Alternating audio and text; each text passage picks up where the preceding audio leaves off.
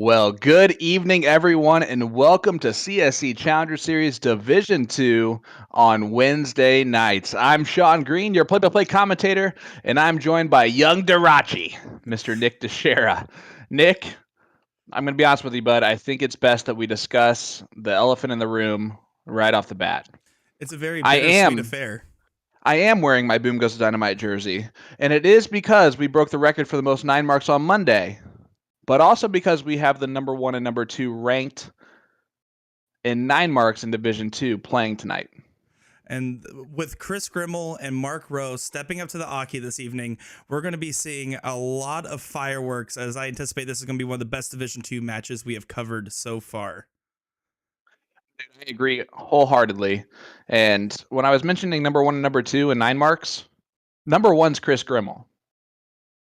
Does that surprise you? Knowing her, not at all, but others, the outside looking in, even they might see that and be like, "What's going on here?" And she even mentions in her interview that she is the only female in this bracket, and it can get intimidating. Yet she is throwing 9 marks in first place to Mark Rowe's 27. Yeah, it's actually 30 if you count the white horse that she's thrown. And Mark Rowe is actually at 28 if you count his white horse that he's thrown. But other than that, you're absolutely right. 4.34 average for Chrissy Grimal, 4.18 for Mark Rowe. Chrissy playing out of West Coast Darters of Florida. She's actually originally a Wisconsinite. So should we throw in some Boom Goes to Wisconsinites tonight? What do you think? Oh, a couple of boom goes to Wisconsinites. I mean, while Florida does claim her, and I claim her as a Floridian nowadays, she will openly say that Wisconsin was always her home. So some boom goes to Wisconsinites are more than appropriate. Well, and you know what? We're going to have a lot of them, which is really unfortunate for her because she doesn't really like the Boom Goes the Dynamite. But she's going to be stuck with it if she keeps hitting these 9 marks. What do you think? Well, Do you think she throws 8 marks on purpose? maybe a couple of 8 marks on purpose. I mean, hopefully some broom goes to janitors to kind of levy the payload a little bit here. But of course, not just her throwing them. Mark Rowe playing out of all seasons in Tacoma, Washington, coming into this averaging a 4.18. So a slight difference in their averages, probably one of the bigger ones that we have seen so far. But again, as you said, 28 9 marks here. It's going to be dynamites going off on both sides. Yeah, you're absolutely right. And Mark Rowe is second in 9 marks overall. That's in 72 games. Chrissy's in first place with 64 games played. So she's even more impressive in the 9 mark category when you count games played on top of that, because she does not have the most games played of any player in Division 2. So the fact that she has the most 9 marks means that she's actually just really talented at hitting big numbers, whatever I'm trying to say. Well, they And got the gist. hey, speaking of janitors, where's Will tonight? Well, I was hoping we wouldn't acknowledge it out loud. There's a reason I am sitting in this chair this evening. Unfortunately, I can't go into the details as at the moment, but you will see a public case about it later on. But Will Stewart is no longer with the CSC. I'm sorry. I'm just so happy. It's about time I got this backpack off my back, you know? I'm happy to have someone that is going to be able to carry me maybe a little bit. But let's look at this bracket, bud. What stands out to you in Division 2 right now? Division 2, the standouts for me, first off, is that we already have all of our future matches lined up here. The winner side fully played out. And the fact that you're seeing the top averages waiting with Brian Smith, Randy White, Tyler Holmes on their upcoming opponents. Yeah, and you scroll down a little bit, and that's where you're going to run into tonight's matchup featuring Chrissy Grimal and Mark Rowe. Now, let's look at Chrissy's last match here. She beat Willie Walker, who's Mark Rowe's really good friend and sponsored player. Is Mark going to be out for some revenge tonight, bud? Mark is on a mission. That was my interview with him was some of the most confidence I've heard out of that gentleman, and he knows that he needs to come out on top. And he even acknowledges Chrissy Grimal's a phenomenal shot, and he knows that he will not be ashamed of himself or even mad if he loses. But that being said, he's not going to go easy. I mean, $225 for the person that leaves today, and the prize money only goes up from here. It does add some pressure. No one wants to go home at this point. No, you're absolutely right. It's going to be interesting to see how this plays out What do you think, bud? Are you ready to get this thing going? I'm absolutely ready to get fired up here as we do only have one camera view tonight from All Seasons in Tacoma, Washington. So we can get a good look there. That's Mark Rowe. In the corner there is kind of cut off, but that is Willie Walker sitting behind watching over to the left there. That is an awesome scoreboard you got set up for tonight, too. I appreciate it. I put a lot of work into making sure it's blank and leave it up to interpretation. Looks great. No, honestly, the fact that you had it all like ready to go, you just needed to refresh that bad boy. Made it nice and easy. But guys, if you've never watched the CSC Challenger Series before, let's go over the format and specific rules for the CSC Challenger Series. No Will Stewarts are invited to do commentary ever again. It's a double elimination style tournament. Players play a race to 9, best of 17 legs, all cricket, with a cork or a 3-dart count up to start the match, which we're about to see. The loser of the previous leg will start the next leg after that. You'll hear us talk about breaking throws and things like that. If the player going first loses that leg, it's technically a break a throw. Whether it's alternate start or not, it still works out the same when it comes down to it. If either player is down 3 or more legs, they will continue to go first until the deficit is reduced to 2 legs. This is the PPD player advantage rule. If we go the distance, players will cork for start in the last leg decider. Now, I'm going to go ahead and ask you off rip right here. What is your prediction for tonight's matchup? That I don't have to hear Will's voice. And I believe it will be coming true. No. Obviously, Will is hanging out with his son tonight.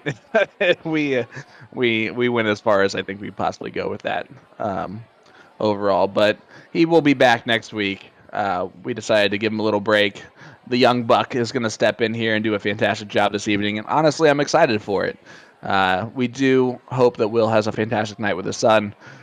As a dad, I know how important that really is to deal with and do. So we're happy to have that. And as someone that recently became a dad as of yesterday, I adopted a cat named Fred. So I can understand. It's really hard to, do your work life and professional life and then family life as well. So I'm really happy that Will's putting in the priority here. Oh, I'm here live. I'm not a cat. Oh. All right, and right into here, what you're looking at, if you're not familiar, as Sean already briefly covered, this is going to be our diddle or piddle to start off. So 3 darts, split bowl. Whoever scores the most does start off with our first leg here. Yeah, and Mark Rowe just had to throw 1 dart to get to the start. And now we're off to the races here in this race to 9 for CSC Challenger Series Division 2 top 8 match this evening. If you're guys. Oh, yeah, you do your thing. I was just going to say, if you're in the chat right now, comment where you're from, comment what's going on, who you're rooting for, and everything else. We're happy to have you all in here to watch some excellent darts get thrown tonight. Absolutely. And guys, if you leave a comment in our chat, hit that like button for us, you will automatically be entered in for your chance at tonight's live stream giveaway brought to you by A2ZDarts.com. A2Z Darts is giving away a $15 gift certificate to their website. It can be used on any product seen on the website and combined with any special. Use it towards a $45 purchase to qualify for free shipping in the continental U.S. That's as good as straight cash, homie. And stop by A2ZDarts.com after the match to check out their brand month specials. It's all about shot darts during the month of September. You'll have 1 day left to snag yourself some new Eagle Claw shafts, foldable flights, not fordable, but foldable flights, or Shot L-Style collab flights on sale. Today's stream will also be featuring the Shot Darts Viking range during the commercial break. Take the help and sail to glory with the epic Viking Saga. This versatile range caters to all grip styles and color preferences with 5 different models to choose from. Did you hear that? 5 different models to choose from, bud. 5 different models. Felt like I should back it up and kind of emphasize one more time there, as we're looking at a pretty quick first game. Mark Rowe coming out strong and Chrissy not able to get a foothold to start this match off. Well, look at this.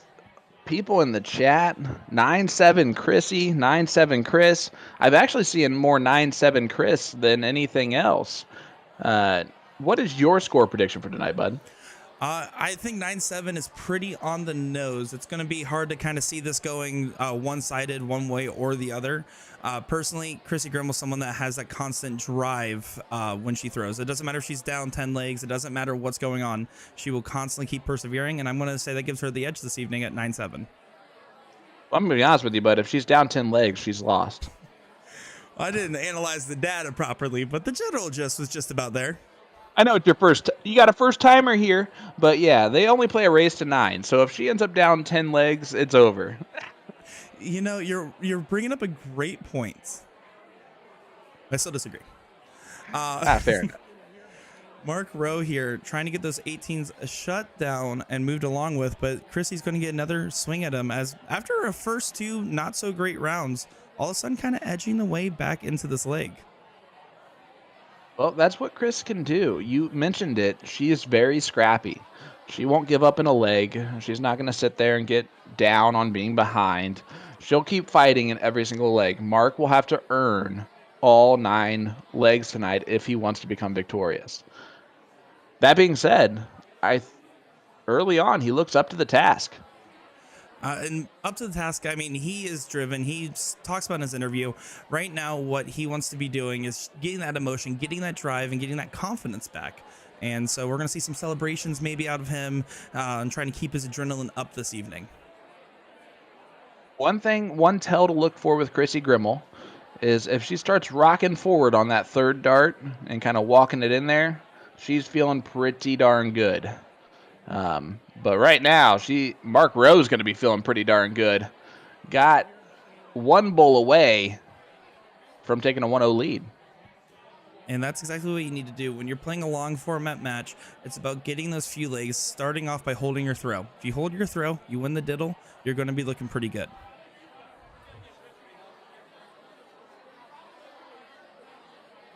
Mark Rowe, 1 bullseye away, and there it is. Leg number 1 goes to Mark. And we are on the board and running. Actually, kind of a interesting fact, and this really has nothing to do with anything overall. Oh, hi, Will. Oh, it's good to see you in the chat, bud.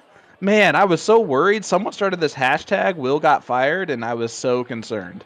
But I'm really happy that was not the case, that was just a lie. And, oh, Chrissy almost gave me a boom goes to dynamite. Daniel asking, are we going to be able to see her board tonight? Unfortunately, she is at a location that does not have the streaming capabilities like All Seasons does.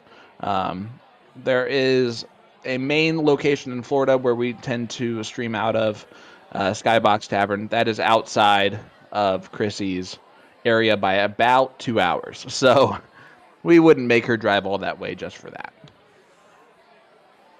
But right now, she's driving right into the dartboard. Very solid start, and honestly, the exact opposite of what we saw. I think it was some first game blues out of Kris Grimal there. I'm actually really annoyed that it was only 12 people that reached out to Will about the hashtag Will got fired. Well, they know he's legendary. They know he's legendary, so they assume that it's just a joke at that point, right? Because, I mean, it's the Will Stewart.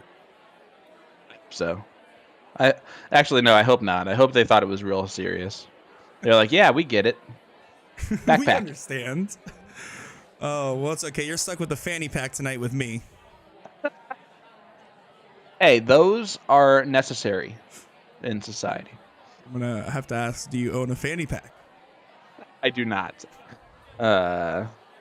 But, you know, I might one day. Jacob Worthy sent us 1,000 stars. Brother, appreciate that. It's one of those guys that's been supporting us since the very beginning, constantly tuning into our streams, almost every single one, if not every single one. And just like many other people, we appreciate all the love and support. It's what makes the show happen, and the reason that Will hasn't actually gotten fired yet alongside Sean and myself. No, we need him. I'll say it. You're just point blank. We need him eventually. But who does not need him right now is Chrissy Grimal, throwing a 5-5 in this leg. Mark having a bit of an off leg. We're seeing it early on against the throw, the players throwing a little bit less than their average, and then when they get on throw, they're throwing a little bit above. That's going to have to change at least once if Chrissy Grimal wants to win this thing. Well, if you're throwing a 5-5 in Division 2, you're looking sharp. You're looking more than sharp. You're looking razor cutting levels, because that's just hard to keep up against at any division.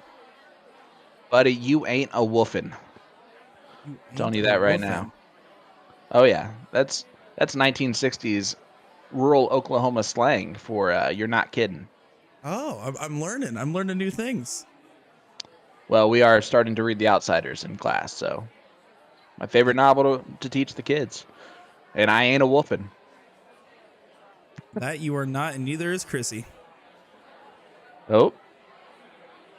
And there's the double bowl. 1-1 score line. This thing's got to go the distance, right? I would be surprised if it didn't. Like I said, 9-7 is where I'm putting this one at.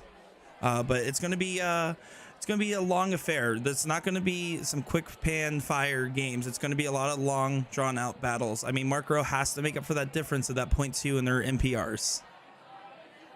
I agree with that to an extent, but I think both players are still so even. 0.2, is that really going to factor in the long frame? You're only gaining a dart every 5 throws. So realistically, that's a very close average. And probably not going to play into Mark's style of play, as there's the first. Boom goes the Wisconsinite for Chrissy Grimal, getting us started. First one of many this evening. And you're right. While it is only 1 dart for every 5 darts, I do think the difference maker is Mark Rowe's worried about keeping his mental strong. And he says he overthinks a lot of things when he's playing. And if you're starting off just a little bit stronger each time, and you're especially starting the legs stronger, that's going to be the difference maker of when you're staying confident and comfortable and when you're not. Absolutely. And look at that. Backs it up with a 7 mark right after. She is off and running, buddy. Off and running early. This is the Chrissy Grimal that can show up for an extended period of time. And as she would put it, that's her kick it in the ding ding moments, is how she describes it when she's playing good. And that's not even me censoring it. That's exactly how she says it. Oh, Jacob Worthy continuing to be just really nice to us in the chat. It must be because Will's not here. But saying thanks for continuing the commentary and content. I know tons of people appreciate the production and promotion of all these great players. Well, we appreciate all of our supporters that tune in with us every week, that support these players, because they really do deserve it. I don't. Nick doesn't. Will doesn't. But the players definitely deserve all the support, and we are happy to be able to bring you that coverage so that you can support them. These players get so excited about these interviews nowadays. I remember when we first were doing it, they're like, why am I talking to some random guy in his bedroom? And nowadays it's like, oh my God, we're going to be on the show. We're doing the interviews. It's exciting. And it kind of means a lot to the players, a lot more than they maybe let off sometimes. But when I talk to them in private, they're more than excited to kind of be on the showcase for you guys. Well, Mark stepping up here. He's wearing the type of footwear that's making people talk about in the chat. And I'll let you respond to this question. Is it an actual advantage to have what looks like a millimeter of a sneaker possibly over the line when he shoots? Well, the difference is if you're bored at home or wherever you practice on, if it's measured right and you're throwing on a different spot on the line, whether it be further back or further forward, it will affect your follow through, your release, and your timing. So it's not an advantage whatsoever. And in fact, oftentimes a disadvantage. Yeah, I would agree with that. That being said, let's be honest. It's not a difference maker at the end of the day. The little millimeter or so, if that's the case. He's not doing it on purpose. It's not like he's trying to gain an advantage by doing so. He steps up there. He does a side foot, which is great for when you are like against an actual Aki. But you're seeing it here. It's not making a huge difference whatsoever in this game. It isn't. And it's also one of those things where the shoe itself might be a little bit further over than where the actual foot is. There's so many different factors that go into it. And also the camera angles. I mean, we're looking at someone in Tacoma, Washington. You're in Indy. I'm in Florida. And so we don't know exactly how it looks. And it might look a lot different when you're in person as well. That's true. there could be an actual like black line that that's just hidden from our view of where the actual mark is on the line. But again, I'm telling you, no one's doing anything on purpose here to like try and take advantage of something. And we'd call people out if they were. We just know that they're not. Exactly. Someone asked if Willie Walker's right over here. There he is. The Hey, man there's himself, Willie. watching the person that beat him out last week in a last leg decider. Yeah, he's right now being like, killer, get it. Where is he? There he is. There's Willie. And look, in his style, he is matching his shoes to his shorts. And that's what I appreciate about Willie Walker. We're seeing a little bit of a comeback. I mean, this leg, Chrissy started off with a 9 mark, and then after that, a 7 mark, and all of a sudden, it's a little bit of a different story that's playing out for us. Yeah, I mean, you're seeing a little bit of a back and forth affair. That's what we love about Division 2, guys. And what you should love about Division 2 is that these players are so close in average, so close in skill level. It doesn't matter anything else other than the actual averages there. And look, Willie Walker's going to go up there and push the button for Mark. Oh, baby. Willie Walker is playing button pusher. Well, Brian Henry's taking a run for his money on his button pusher job for Millar now, so this is going to be pretty interesting. We're going to have the button pusher CSC edition next season for you. Do you think that just makes Chrissy laugh, like if she sees that in the in the box? Because it would make me giggle. It might throw me off for like half a leg to see Willie Walker as the button pusher. I mean, I am certain she's not even paying attention to the game screen other than looking at what her opponent hit. But that being said, if I saw it, I'm the same way. I would think that's hilarious. I know I'm enjoying it greatly. Look at our chat here, bud. We got quite the pro in here. Yeah, Larry World Runge famous is in chat. You are right. World famous Larry Runge is in the chat here with Austin Braswell, Donald Polar from Fishers, Indiana. I've been to that place before. That's a beautiful, beautiful city. Patrick Weber is also tuned in from Fishers, Indiana. Those are my boys right there. Or maybe you're talking about Jules Van Dongen in the chat. Wait, is Jules there? Jules might be there. Oh, there's Jules. What's up, buddy? Good old JVD. Ah, shucks. It's good to see him. When I met excited him, to see him at the end of this month, bud. Oh yeah, we're gonna be seeing him soon. I met him for the first time in person at MSG at the player meetup for the U.S. Masters, and when I saw him, I was like, man, he is that big and that strong. It makes me feel like I do not do enough. He's like posting about marathons, everything else, and I'm over here marathoning a fast food eating competition. Well, that's okay, because he was posting about a different style of British cable channel network this past weekend. I don't know if you saw that. I did not. I'm out of the loop at the moment. Just put together the British broadcast channel. That's what it is. Speaking of, look at Chrissy Grimal with another 9 mark. Bada bing, bada boom goes the dynamite there for her. Amazing stuff. That's her second of the evening. Well, guys, let us know in the chat which is worse, the bada bing, bada boom goes the dynamite, or, just the typical one. I think it gives Broom Goes the Janitor a run for its money. Don't tell Will I said that. Well, I won't tell the janitor if you don't. Sounds good with me. I mean, he's fired anyway, so we're fine. If anything, I'm the janitor because I keep cleaning up his messes.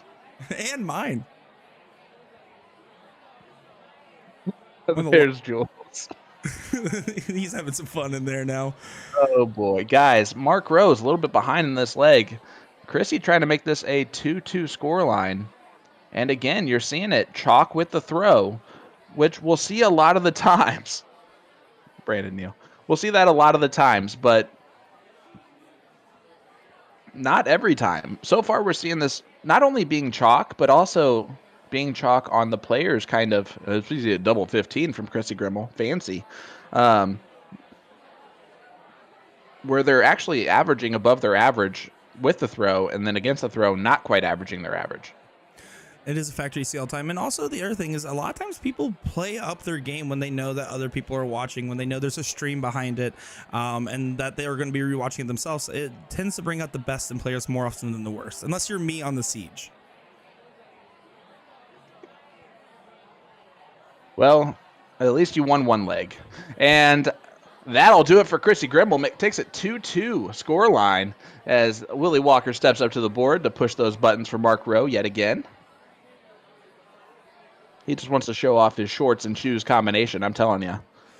He's wearing that Carolina blue. Carolina blue today. All right, and then let's take a look here. Let's try to get a nice, good look at Mark Rowe's throw to start off this leg. Tell me what you see in his form. He actually is a little snatchy with his follow-through. You can tell he's used to just kind of keeping everything kind of tight in there, and he doesn't really allow his arm to freely release towards the dartboard. But that being said, he just threw a 7 mark doing that. So that's not an actual fault in his throw. It's not a typical what you would see from a player of his caliber. And do you agree with that? Yeah, I would. And looking at his arm and everything else when he's throwing, it looks a lot more instead of like the fluidity that you would expect at this level in most people's throw. Instead, you're seeing a little bit more mechanical, a little bit more of like he has to feel those individual stopping points. When you see someone like Chrissy, on the other hand, where it's almost a smooth motion, the stopping points are almost invisible when they're throwing. Yeah, and Chrissy throws with a great rhythm too. You'll see, dart comes back, sets, goes. Dart comes back, sets, goes. And she'll actually start becoming so relaxed that she'll start moving forward towards the dartboard on dart 3. That's when she is on point, is when you will see that walk. Which players do tend to do that sometimes, but Mark Rowe is throwing a phenomenal leg. A 6.67 is huge in the CSC Challenger Series Division 2, bud. And it shows that whoever is going first right now is in total domination. They're very much focused on staying and holding their throw. And if you get broken, you're going to be in for a bad time. You're absolutely right. We're waiting for that first break of throw, because that's going to be a deciding factor here.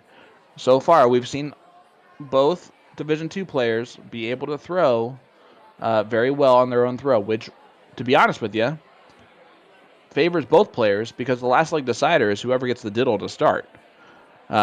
So technically, neither of these players, even though I've said something earlier that was wrong and no one called me out for it, neither of these players technically have to break a throw at any point in time to win this match.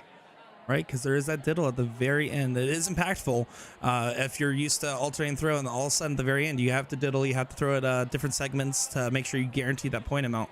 It is a factor that affects how these tiebreakers end up for a lot of players. Well, Mark Rowe takes down game number 5. Man, I thought you said these were going to be like drawn out legs with a lot of like back and forth. A 5.8 from Mark Rowe is up there with those guys that we saw Monday. And then he has a 3-2 scoreline right now. You know, sometimes I get it right, sometimes I get it wrong. But right now, these players are just throwing phenomenal stuff and not getting into point battles. They're going to be opening up other playgrounds. They're going to be going a little bit wider than normal. And they're pressing their advantage when they have it rather than bolstering a bigger point lead. And that's working in, honestly, both their favors right now. Hey, all I'm seeing is Coach Walker trying to give his player the business right now. Like, hey, you keep on this, keep the pedal on the floor, let's dominate this thing, is what I'm pretty sure I just saw him say. I like this comment from Adam Converse in the chat here. It's just like golf. Every swing is unique. Every throw is unique. Shout out to Randy Magneto for putting up a post I happened to see today all about concentration and setting goals. And that really what it is. Every throw is going to be unique. Everybody's going to have different tendencies, different muscle memory even. It's about how you practice and how you're able to do the same thing every time consistently. You're spot on, man. It really is. This game is a game of consistency and keeping a consistent arm motion. It doesn't matter what that arm motion is. If it's consistent and the release is consistent, you're a top level player. It just so happens that more often than not, you'll see a lot of players have similar aspects to their game at the top level. No one's the same. No one will ever be the same in darts. And there's always outliers to that. I mean, Look Matt at Graff. Mincer Soljovic is same level. Yep. Yep, basically the same guy, honestly. I know. You're telling me. That's good stuff. Yeah, Ram Rivera's in the chat here saying good match going. There's a lot of top level players that are watching along tonight because they know how good of a juicy matchup this is. We have the #1 female player for PPD ratings, Chrissy Grimal, who, quite frankly, is really rolling through Division 2 for the most part. Yeah, she's on the loser side, but #1 in 9 marks. She's still in the top 6 in average. She's here to play, and she's here to win this thing, and she very well could. And she, unfortunately, is running up against a tough test of Mark Rowe, who also can win this thing. It's really hard. When we were picking at the beginning of the season some of our favorites, you picked famously Scott Hanish, which no. Don't let me relive that mistake. I'll never do that one again. But even Willie Walker was another one we picked as one of our favorites. Chrissy Grimal was one of those as well. But it's so hard to know who's going to be the best when the spread is this tight, and knowing that all these players have earned their spot for a reason. Hands down. And that's also the beauty of PPD's rating system, is that you can literally see at all times why people are picked for what they're picked for, who qualifies for what. They're about as transparent as I've seen from anyone overall, which is a good thing. It's nice to not have questions asked for stuff. Well, you know who's not asking a question right now is Chrissy Grimal, starting to get control of this leg again as Mark's kind of cooling off a little bit and Chrissy's heating up. They're both averaging a 5-0. It's 6 rounds in. And this is more of the battles I was kind of expecting to see from these players. I think they're getting a little bit more comfortable, a little less nervy, and it's adding to their consistency. I don't know if you saw Ram's comment. He says, I'm just on to see Willie Walker as a button pusher.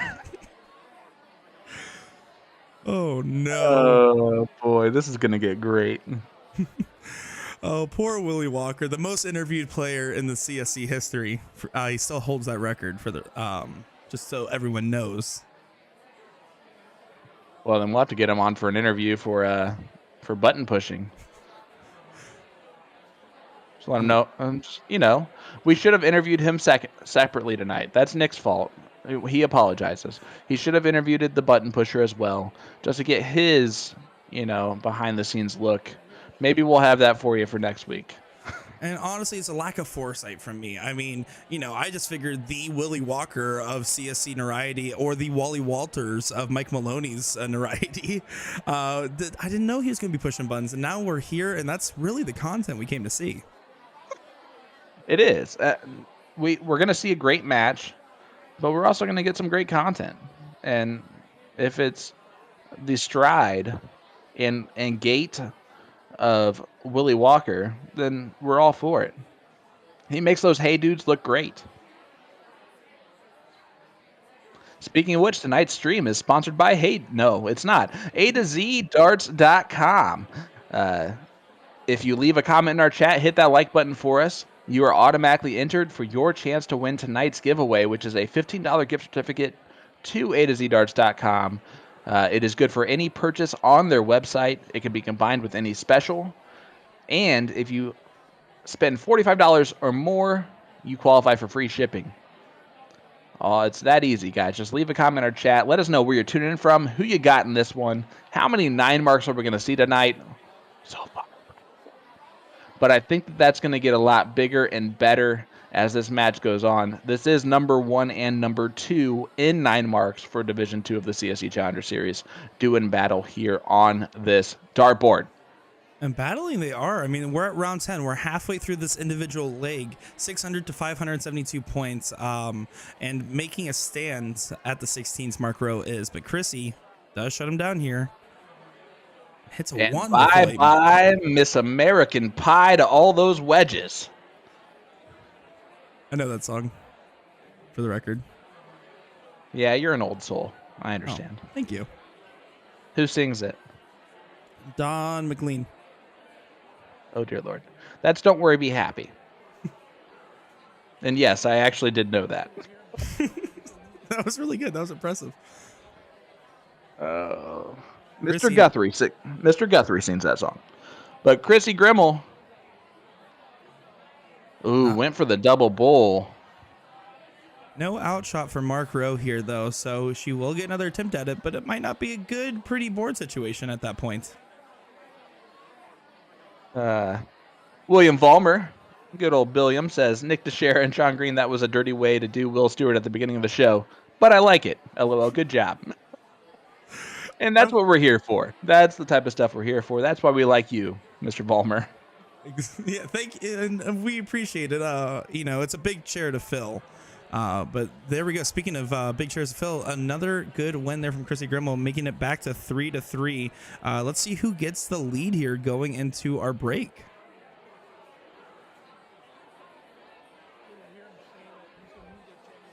Joe Hildebrand says, please stop saying that Maloney's name. He's like Beetlejuice. 2 more times and he will be here.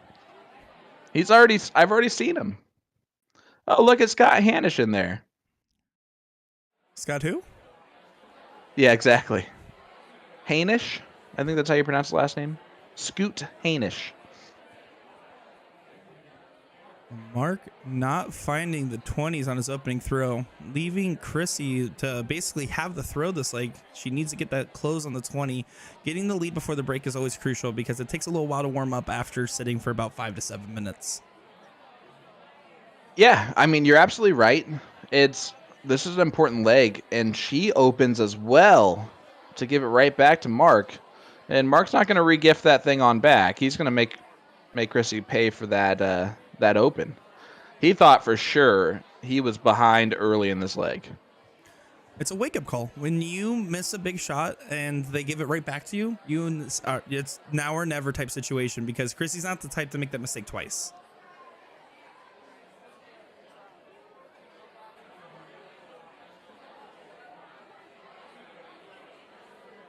Mark here does have the point lead, opts to go up, increases lead a little bit, knowing that he has 2 marks on that 20, and decides to save there all 3, bolster it up a little bit. I mean, we're talking 123 point difference here, so Chrissy does need to get a 7 mark now to get ahead.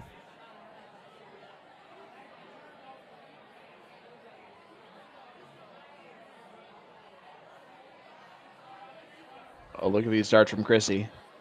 A big 7 mark follows for Chrissy Grimal. And she's not going anywhere in this leg. Throwing a 5.0 to Mark's 4. And that's with her starting out with a 2 mark, bub. And what Mark needs to do in this scenario, knowing you have 2 marks on your number, you need to have a big lead or get another playground early. And unfortunately, that's not what's going to be the case here. Chrissy only needing a triple. So that means that 20 is almost always going to be going away this turn. Even if she just hits 2 marks on the 19, it's a good wager to take. There's a trip 19. She's going to look up and get rid of that 20 at some point, right? There it is. There it goes. With the little lunge. And now Mark here in a little bit more of a tricky scenario. Still within 9 mark range, right? So if he hits a 9 mark, trip 18, trip 18, trip 19, he could still get himself back in. But of course, that is not what we're seeing here. 5 mark does help close that gap, but now Chrissy's in clear control.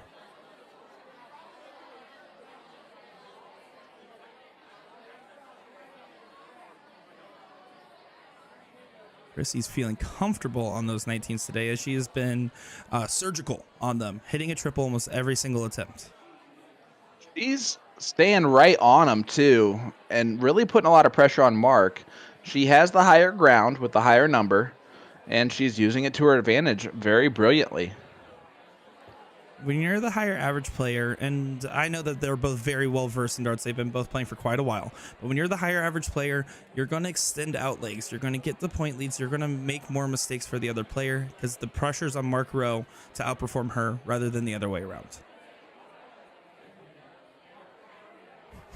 Eric Larson can tell Nick's young. It's not a wedge or a house, it's a playground. That is an excellent comment there.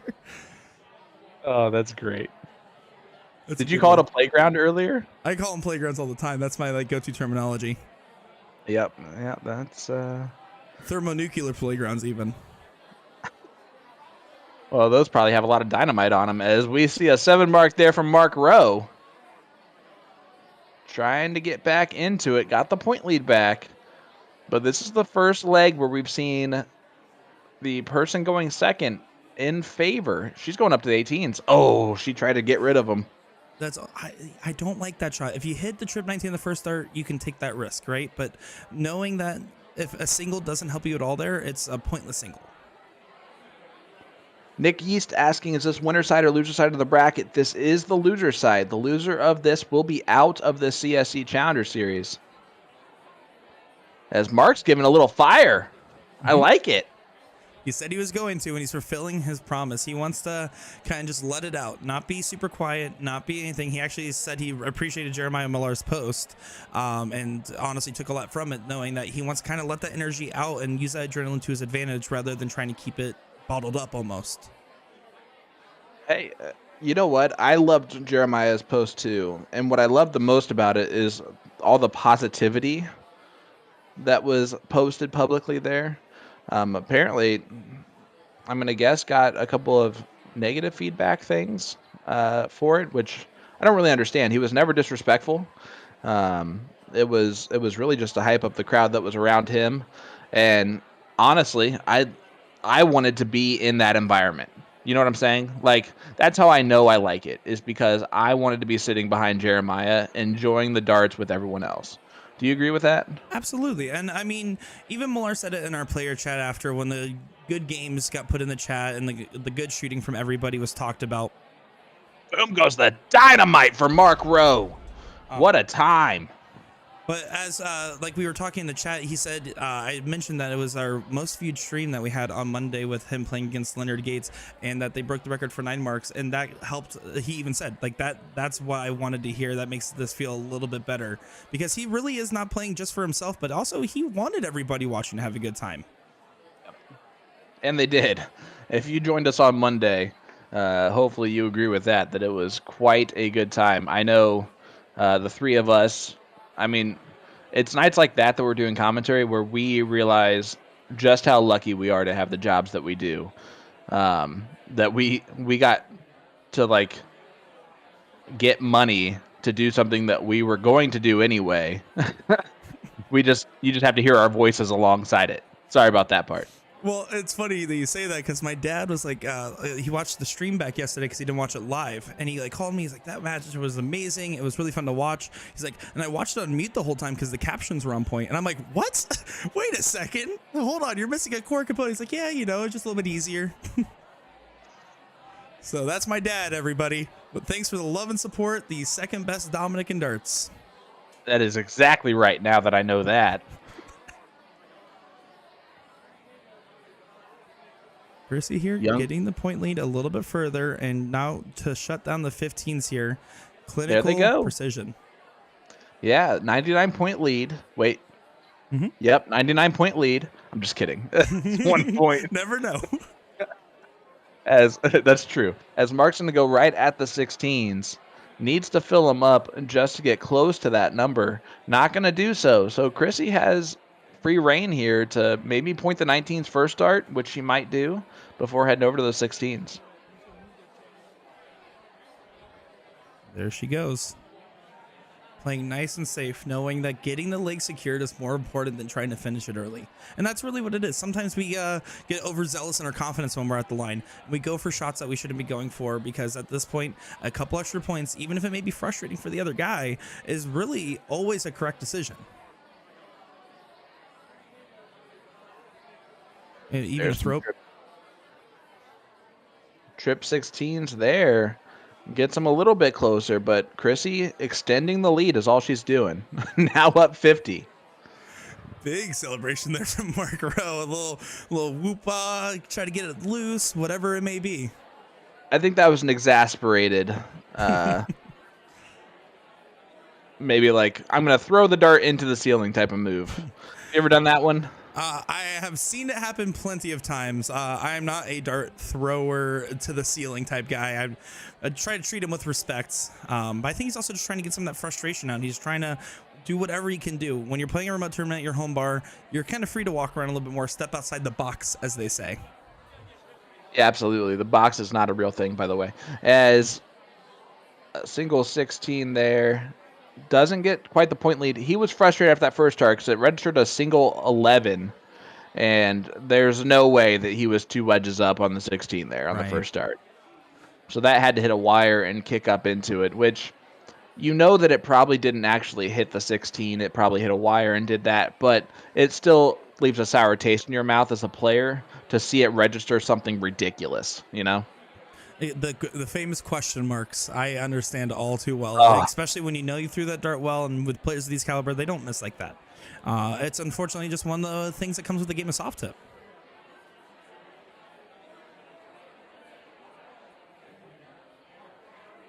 Like that giving him a single 1. That's crazy. That's crazy. That was definitely looked pretty good, bud. I will say that I think this is a key time where I think Mark Rowe getting this break right here, even if Chrissy does get the win, having a nice clean reset, kind of get some separation in time between what's going on right now with the board misregistering, will kind of help him get back some composure almost and some confidence, because right now it's something that's like you can see the blood boiling almost. Oh yeah. Well, he's not making it not apparent either. he's frustrated.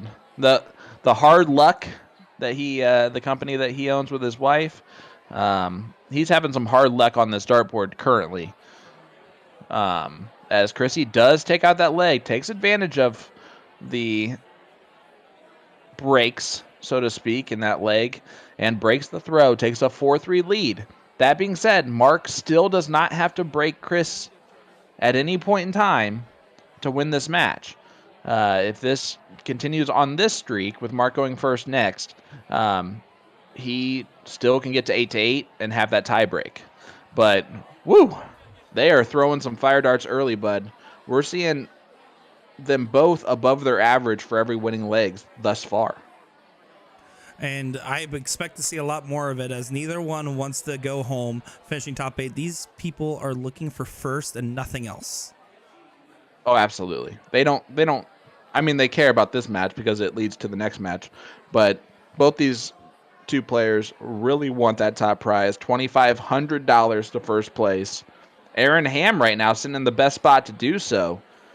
New York native, sitting on the king seat, but Chrissy would like to turn that into a queen seat if she could by the end of this thing. Well, make sure to stay tuned, everybody. We're going to talk to the players, get some interviews and insights here, and a little ad from our sponsor.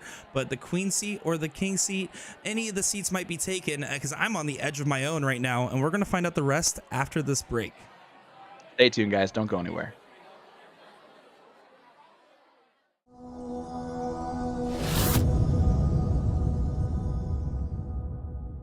My name is Mark Rowe. I play out of All Season Sports Bar in Parkland, Washington, and my vendor is WWDL. Well, Mark Rowe, it's a pleasure to have you back on the CSC Challenger Series Division 2 matchup this evening against Chrissy Grimal. It's been a while since we've seen you. How have you been? I've been pretty good. For those that are watching you for the first time that might not be as familiar with you, can you tell me a little bit about your dart history and just what got you into the sport of darts? It's kind of actually a funny story how I got into darts. A buddy of mine, I was going through a divorce at the time, and a buddy of mine was trying to just keep me active because I was struggling with the divorce. And he was a motorcycle racing buddy of mine, and he came home with a set of darts. He's like, "Hey, can you play darts?" I'm like, "No, but I probably could beat you." So it turned into a dart career. Tonight you are playing Kris Grimal, and one of the higher average shots in this bracket. What's your mentality going into tonight's match, and what's your key to success? I've been trying not to think about it. I'm a very mental player. And people that know me very well know that I'm probably too mental. Like, I think about it too much. So I'm trying not to think about it, because she's a phenomenal shot. Easily could just smoke me today. So I'm just going to try and stay in the moment, throw smart darts, and have fun. You know, I mean, if she beats me, then she beats me. If I beat her, that's awesome. But there's no shame in however this turns out. If she whoops me, there's no shame in it, because she's a phenomenal shot. And is there anything you want to say to your friends, fans, family, or anybody else watching along? Definitely want to say hi to my mom and dad. My mom and dad are down in Florida. Unfortunately, since they live, I'm about as far away from them as you can get on the continental United States anyways. So I want to say hi to them, because I'm sure they probably won't watch it tonight because they'll probably be in bed, but they'll watch it tomorrow. Just want to say I'm going to try my best. I'd like to thank my sponsors. I'd like to thank my wife, because she puts up with a lot of BS with me playing a lot of darts. My sponsors are obviously Hard Luck Darts. I'd like to thank Monster Apparel and L Style. So that's about it. Hopefully it's a good show for everybody and everybody enjoys it. Well, I know everybody's going to have a great time watching this bout go down at the Aki. And honestly, we just wish you nothing but the best of luck. I'm Mark Rowe, and you're watching the CSC Challenger Series.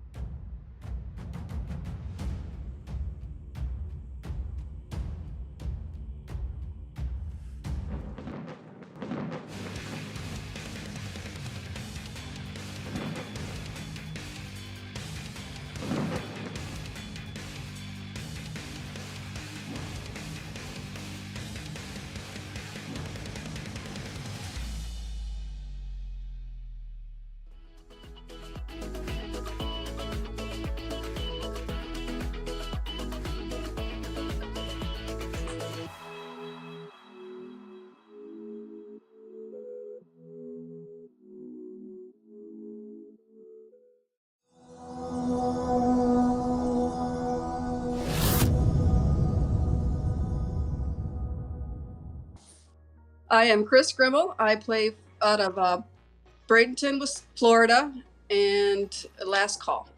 Go Starters.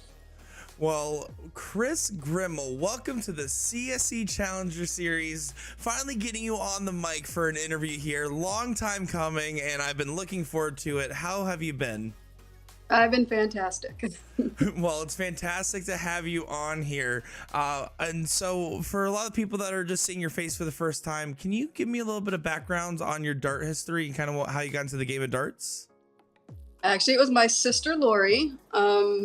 She needed a sub for one of her team members, Trina Reed from Wisconsin. And so I filled in for her, and the rest is kind of history. Well, that being said, you have done some amazing things in your dart career since. You've won some big titles at TOC and amongst a myriad of other accomplishments. So you're one of the most well-versed players in this tournament. And we even saw that in the first week. You played Mario Serra week 1. You're playing out of Thirsties in Texas. Can you tell me a little bit about how that match was for you? Well, it was challenging because everything was new, but there was a crowd there that they welcomed me with open arms. They're like, "Yeah, come on in," and it was very welcoming, and it felt like home. Well, and then after that, I mean, you felt great. The darts were flying straight. Afterwards, you wanted to play Mike Scarborough, then Tyler Holmes. But the match I'm also interested in is Willie Walker and you played last week. How was that match? That was pretty intense, actually, because it came down to the very last game, the very last dart, and it was like do or die for either one of us. So it was neck and neck the whole way. Well, I mean, you two are probably two of the favorites that were in this bracket, so that makes sense that it was a high octane affair, and I can only imagine what that would have looked like. Now, tonight, you're playing Mark Rowe. What are you doing, like, kind of prepare yourself for tonight's match? Like, what's your mentality going into tonight?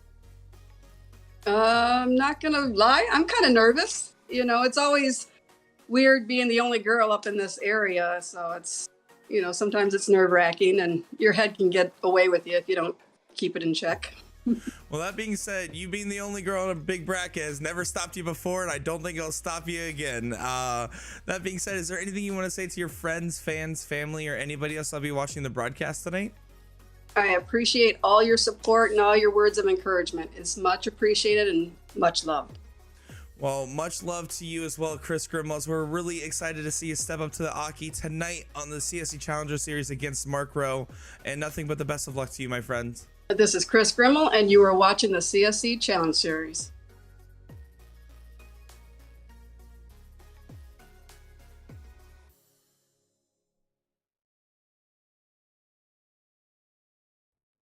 Well, welcome back, everybody, to Division 2 of the CSC Challenger Series, brought to you by Partners Promoting Darts. I'm Sean Green, the play-by-play commentator, joined by young buck Nick DeShera in the background. You just saw his beautiful face do these interviews. Buddy, great job. You got the white whale. I did. It took a little bit of coaxing to do, but Chrissy finally got one of those interviews with us because she wanted to have a little chat with you guys as well. And we got to see your lovely face on the stream here. So it's really exciting because she is one of the most recognizable players in either division. Oh, hands down. She is one of the most known players in soft tip. So to have her be able to interview, how was that? I mean, I know she's a friend, but like, was it great? Was it as good as I thought? It's always interesting when I'm interviewing someone I'm already familiar with versus a player that I'm more so like from a professional standpoint, just interviewing them that I don't know as well. But yeah, it was great. We ended up chatting for a long time after as well. And let me tell you, she might be super serious on the dart line. When you're playing in a tournament with her, either as your partner or the opponent, she is not talking. She is serious. Don't mess with her mojo. But outside of it, she is one of the nicest souls out there. That true Wisconsinite charm. Well, that is actually a real thing. Earlier tonight, someone asked, are we going to be back for Whammo 2023? I believe that Will does have that. Uh-oh. There we go. Whew. Scared me to death right Scared there on the... me to death, too. That was very interesting and not foretelling of anything else at all. So we're just not even going to worry about it. It never happened. Well... If you want to let those players know we're ready to get going whenever they are, we'll get this thing a-rolling. They said they are just about ready to go, and it was nice in the break there. The players actually, Mark went into the chat and said, nice shooting so far. Kris responds with, ugh, you too, stop trying to win. So... I like how they're getting a little chummy in there as we are about to see how this concludes. 4-3. I think there's a good chance we're going all the way because these players are playing phenomenal darts today. They are. And the one thing to watch for, because as much as I like raw emotion and everything, will Mark start to get a little negative? We saw that at the end in leg number 7, and he deserved every right to be. He was getting frustrated because his darts were not registering the right way. But if that continues, will we see that start to seep in and make this a little bit more of an extended lead for Chrissy? That's the one thing I'm going to say that I'm a little bit worried about. Everything else I've seen has been really aiming towards last leg decider. That's the one thing that I noticed. It's going to be hard. I mean, darts is 20% throw, 80% mental. That's really what it is. The throw, the practice, everything else, there's only so many things that change when you have a good practice routine. That mentality of gunning for it, even when you're behind, having a bad shot and when shaking it off, that's the real game changers. And you're exactly right. That is one of the more concerning parts that we're seeing out of Mark Rowe, but also maybe one of his big motivators too. So we'll see how that plays out for him tonight. Oh, you're right. You're absolutely right. Hey, Sean, I got a question for you. Yes, sir. Have you ever played for $50,000 before? I have played for an $800 tattoo. That's the most amount of money I've ever played for. By the way, I do have that $800 tattoo, so I won. Well, everybody that's going to TOC 2022 this year is having a chance at the Supercharger $50,000 pool. That's right. Anybody that's playing in the doubles or triples events and you're in the top 500 on the All-Star list, automatically qualified for your share of $50,000. All it is by September 21st, the top 500 players, where you accumulate points from leagues, DRTs, and All-Star triples, automatically qualify themselves. Well, boom goes the dynamite for that, and then boom goes the dynamite for that 9 mark there for Chrissy Grimal, getting 3 in the bed on the 17s to regain the point lead. And her statement to Mark Rowe about, hey, stop trying to win, isn't really paying off. She's having to do this on her own. And just like I would pick up Will Stewart like a backpack and carry him on my back, I think she's trying to pick up her darts on her own and carry those things around like a backpack, get right back in this thing. Right back in this thing she is, 5-6 to a 3-8 here. And just to send it home on that $50,000, if you get first place in any event, whether you're Division 12, Division 1, or in the open bracket, if you're playing in doubles or triples event and you get first place, you're getting a share of that $50,000. If you want to know how to qualify, go to dartstoc.com, check out that all-star list, and start playing leagues today. And guys, if you want to know how to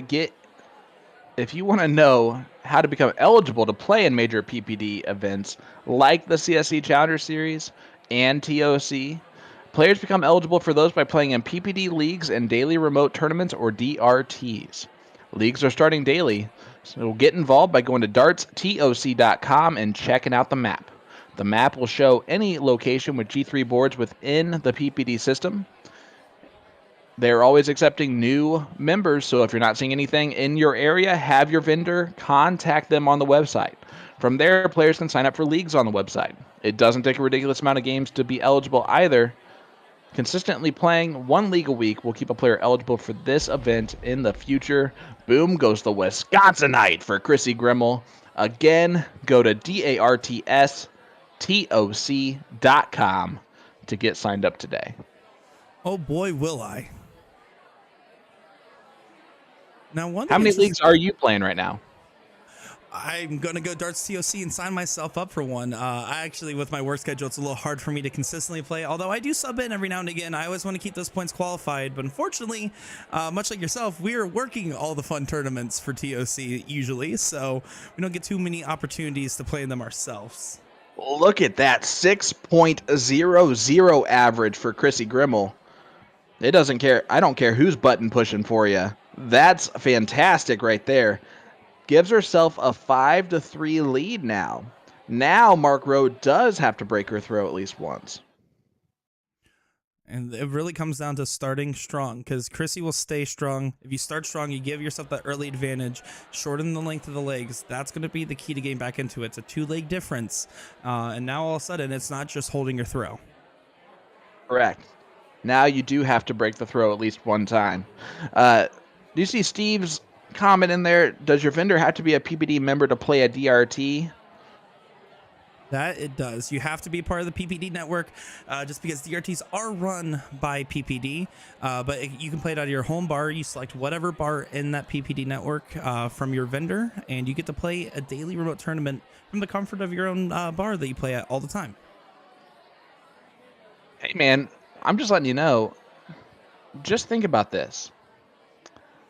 Jeremiah Millar heard my spiel about how to get signed up for CSC Challenger Series. So if you guys enjoyed Monday, just know that spiel was involved in it, because he got involved and has since qualified for the CSC Challenger Series from that moment.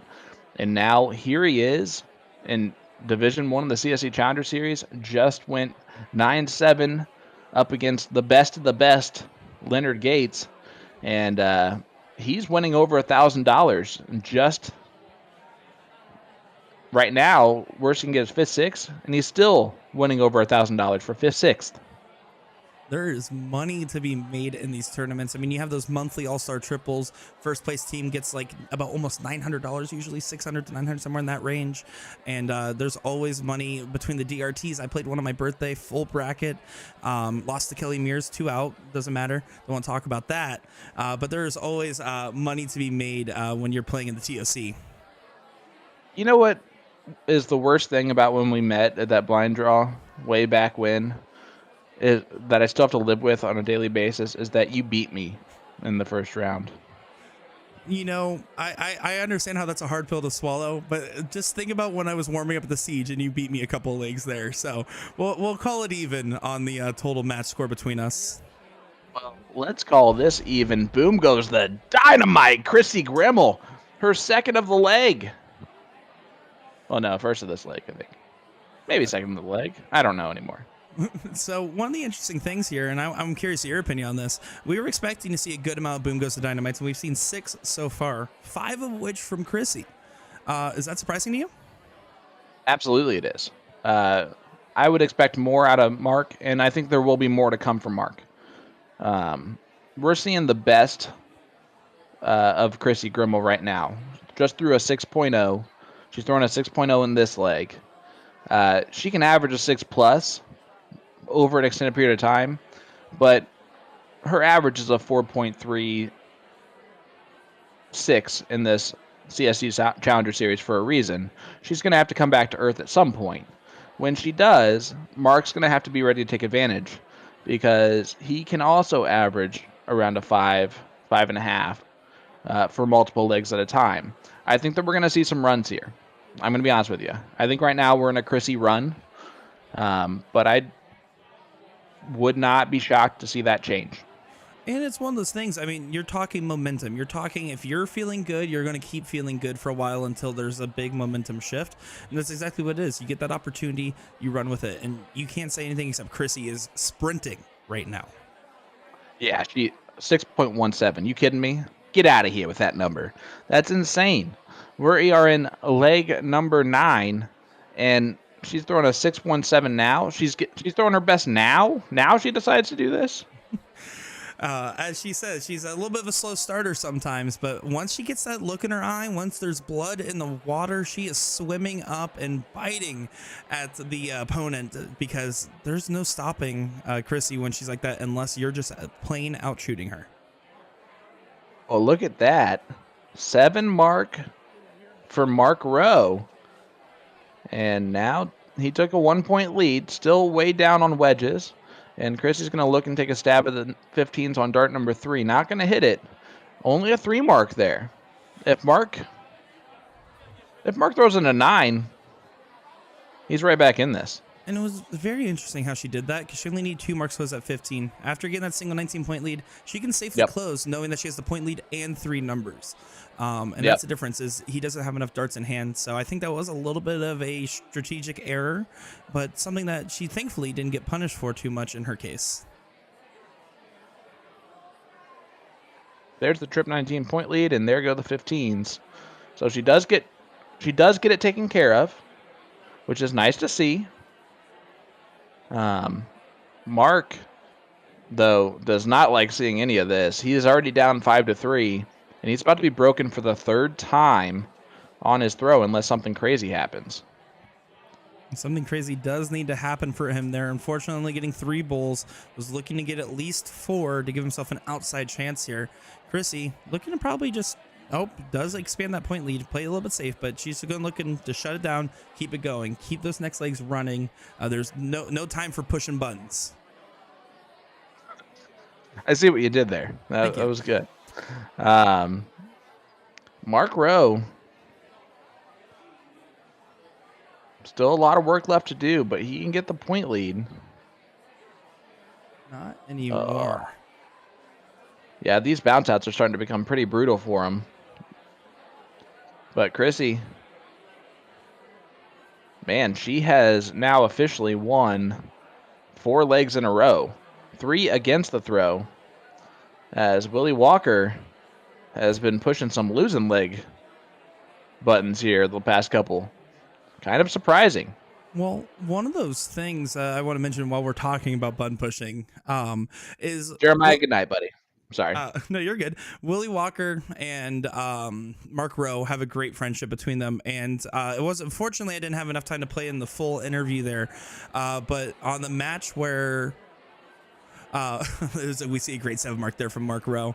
On the match where Willie Walker played against Mark Rowe in the CSC, Mark actually drove both of them together, and then after losing, drove him home after. So that just shows like the level of friendship and support there. And when you're playing in remote tournaments and you're trying to find energy in a room where you're the only one playing, it's nice to have a friend like that to be able to support you. Agree. And honestly, if he gets back in this thing, it will have something to do with the fact that he was not by himself tonight. I guarantee you. Having that friendship there does really help. You know what else helps? Dynamite. That goes boom. Boom goes the dynamite. There's Mark's second. I'm going to guess he gets to about 10. It's gonna be interesting here for our total number of 9 marks. I'll take the over on the 10 here. If Mark's able to get a string together, keep up the momentum that he's starting to find, we're gonna still have a long haul in front of us. Yeah, you can see. Even when Mark's missing now, he's missing right on the wire on the other side of the treble. And these misses have not been huge misses from Mark here. Fortunately, it's hard to see exactly where Chrissy's darts are landing, but I would imagine it's much of the same case. They are so close and millimeters away from these perfect rounds consistently. Ooh, Mark went for the double there on dart 2. Gets it on dart 3. Woo! Mark, don't play with my heart like that, bud. Those doubles in cricket, no place in my opinion. I agree with you there. I think 16 is the only time I could ever justify it. It's very much a risky move to take, and I do not follow the Maloney school of doubles. Well, not too many people do. There's a reason he's not in this CSC Challenger Series. I'm just kidding. It has nothing to do with his talent level or his strategy on doubles. It is just the fact that he did not have enough games going into it. But now he's back playing, I've heard. Have you seen all this? The Hulk is smashing from what I hear. Posting his little league stats like everyone else. I remember my first league. I remember my first 5.2 average in a league match. It was 0-1. Not for the night, but for like that one match, you know. It was exciting. There was actually a picture that popped up from 2 years ago, and it was me and Kenny Doyle playing in an open league, a no-cap league, if you will. And it was, he did a 9, I shot 9-0, the opponent shot 9-0. He shot a 7.67 because he took out the bulls, and then the other player only had 2 shots and didn't secure any marks. And I remember I posted that to everybody. It was like, all right, I remember my first 9 mark, Nick. You shot once. I love it. Chad Ingham's letting us know my Boom Goes to Wisconsinite jersey is almost here. You know what that means? That means Mark Rowe's winning that leg and making it 6-4, but it also means that our Boom Goes to Wisconsinite jerseys have got to be almost here. The coolest part of our job, there's a lot of cool parts, but the coolest part of our job is going to my mailbox every day. I'm like, is there a new jersey in here? Is there new darts in here? Is there any of that? And it's actually, my favorite was when Will Stewart actually mailed his own autograph to me to sell on eBay. That was really exciting to see because it was a huge opportunity. You don't get someone like that every day just sending you their autograph. You know what's funny is he did that same thing to me. I threw it away. Oh no, you increased the value of it by doing so. I thought it was the best business move, you know? Oh, you know, he did a great run. Honestly, he did a great run in the commentary booth. See, Brian Matthews said he almost pressed the button. He almost didn't let Willie do his job. There's a little confusion from the players there on who was starting first, but they got it figured out. Yep, it is Chrissy. She is only ahead 2 legs. Really, the player advantage rule does not come into place until it's a 4-leg lead, because then there is back-to-back legs where the person goes first if they won the previous leg. But, guys, don't forget, leave a comment in our chat. Hit that like button for us. If you do so, You're automatically entered into tonight's giveaway brought to you by A to Z Darts.com. A to Z Darts is giving away a $15 gift certificate to their website. It can be used on any product seen on the website and combined with any special. Use it towards a $45 purchase to qualify for free shipping in the continental U.S. Free shipping? Free shipping for only $45. Boom goes the dynamite from Mark Rowe. Those things were all kissing each other. They were so close in that treble bed. He could have thrown another 9 in there with how many holes he left open. And at a critical time. I mean, he needs to win this leg, bring it back within one game. That's as Chrissy's going to do everything to deny it as she hits a boom goes the dynamite of her own. Oh my gosh, the Wisconsinite is setting off the dynamite. We got back-to-back 9s going, and here we are again on my own, going down the only road I've ever known, and that is a road with a lot of dynamite in Division 2 here of the CSC Challenger Series. I love the Beatles. Just kidding. I know who that's not by the Beatles. Got it. Oh boy. Oh boy. Oh boy, indeed. Mark Rowe, averaging a 5.67 here, is down far in points to Chrissy's 6-0. Needs to just be staying downstairs, decreasing that gap, because whoever gets that first close and wins this point battle is going to be a big favorite in this leg.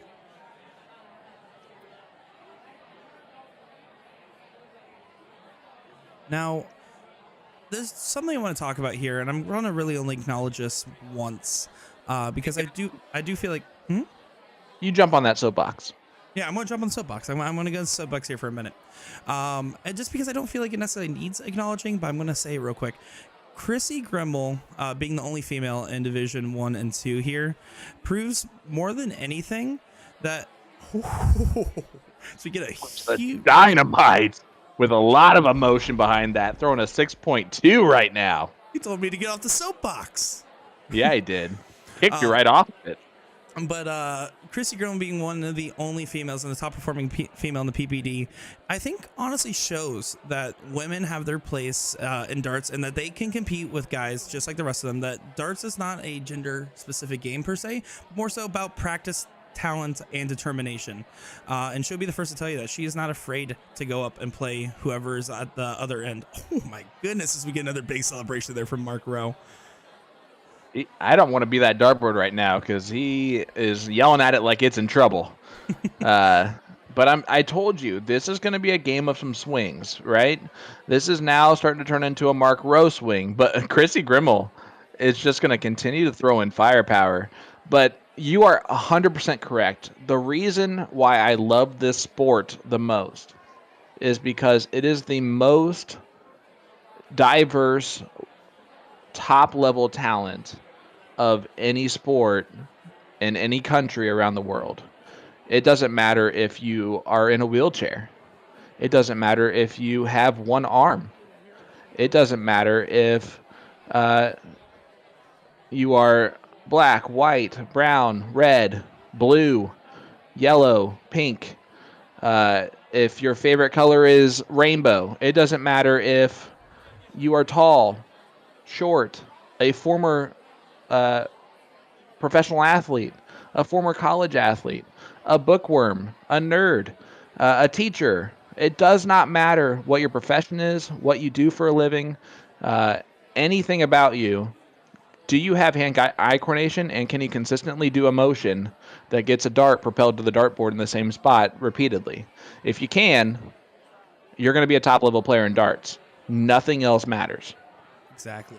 I could say that better myself. I mean, even one of those things people talk about, oh, you know, they're taller, they have an advantage in darts. Tell that to Jeremiah Miller. No offense, but tell that to him. He will say when he played against Boris, it was one of the funnier looking things, as Boris is 6'5". Millar's probably I don't want to guess a height there. But 6'1".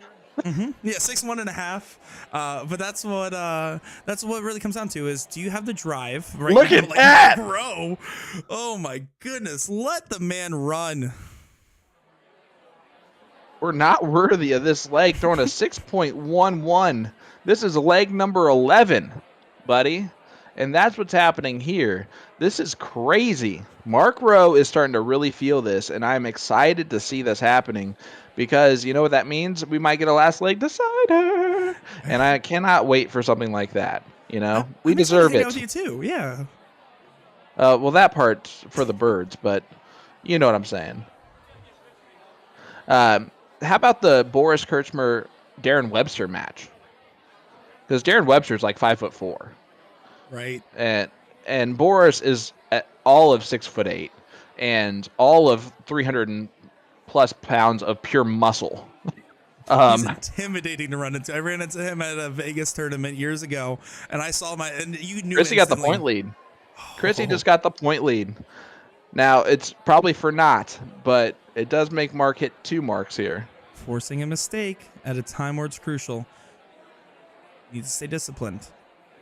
There it is. He does stay disciplined, and that is his first break of throw. Gets it back within 1, but Kris will go first. He still has to break her throw just one more time in order to potentially get to that last leg decider.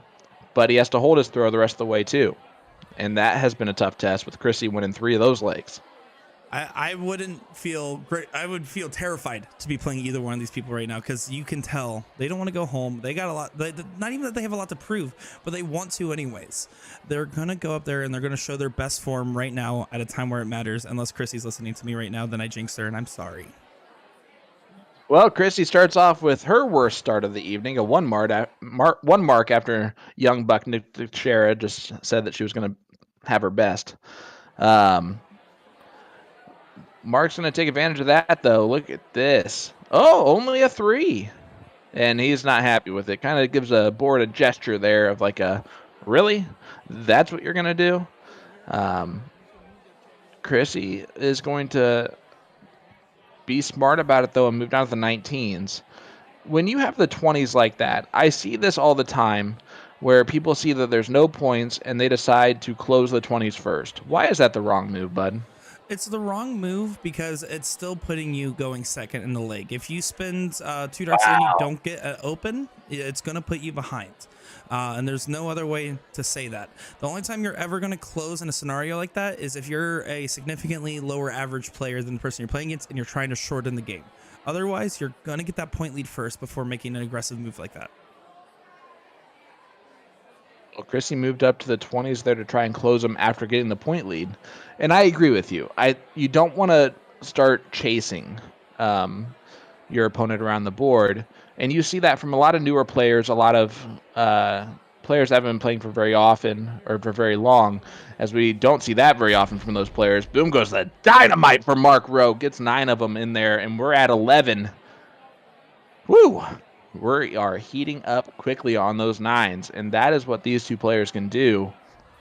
I'm surprised we didn't see one there from Chrissy, to be quite honest with you. Throws in a 7, though. But, yeah, you definitely don't want to follow your opponent, and a lot of players see points as not as important. Points is the only thing that matters in cricket. You cannot lose a leg of cricket if you have more points than your opponent. And a lot of players get a little bit upset at players overpointing or what they consider overpointing. This is Cricket 200. There's a reason you can get to 200. That's exactly the point. There's no shame in having a point lead. Right now, the 20s are... No, she stays down. And it goes to Wisconsinite, but I'm not happy about it. I don't know if she did a miscalculation or if she just didn't want to stay within a 7 mark. Because, of course, I mean, she closes with only a 5-point lead, then a 7 mark snaps right back. But that's a risky take.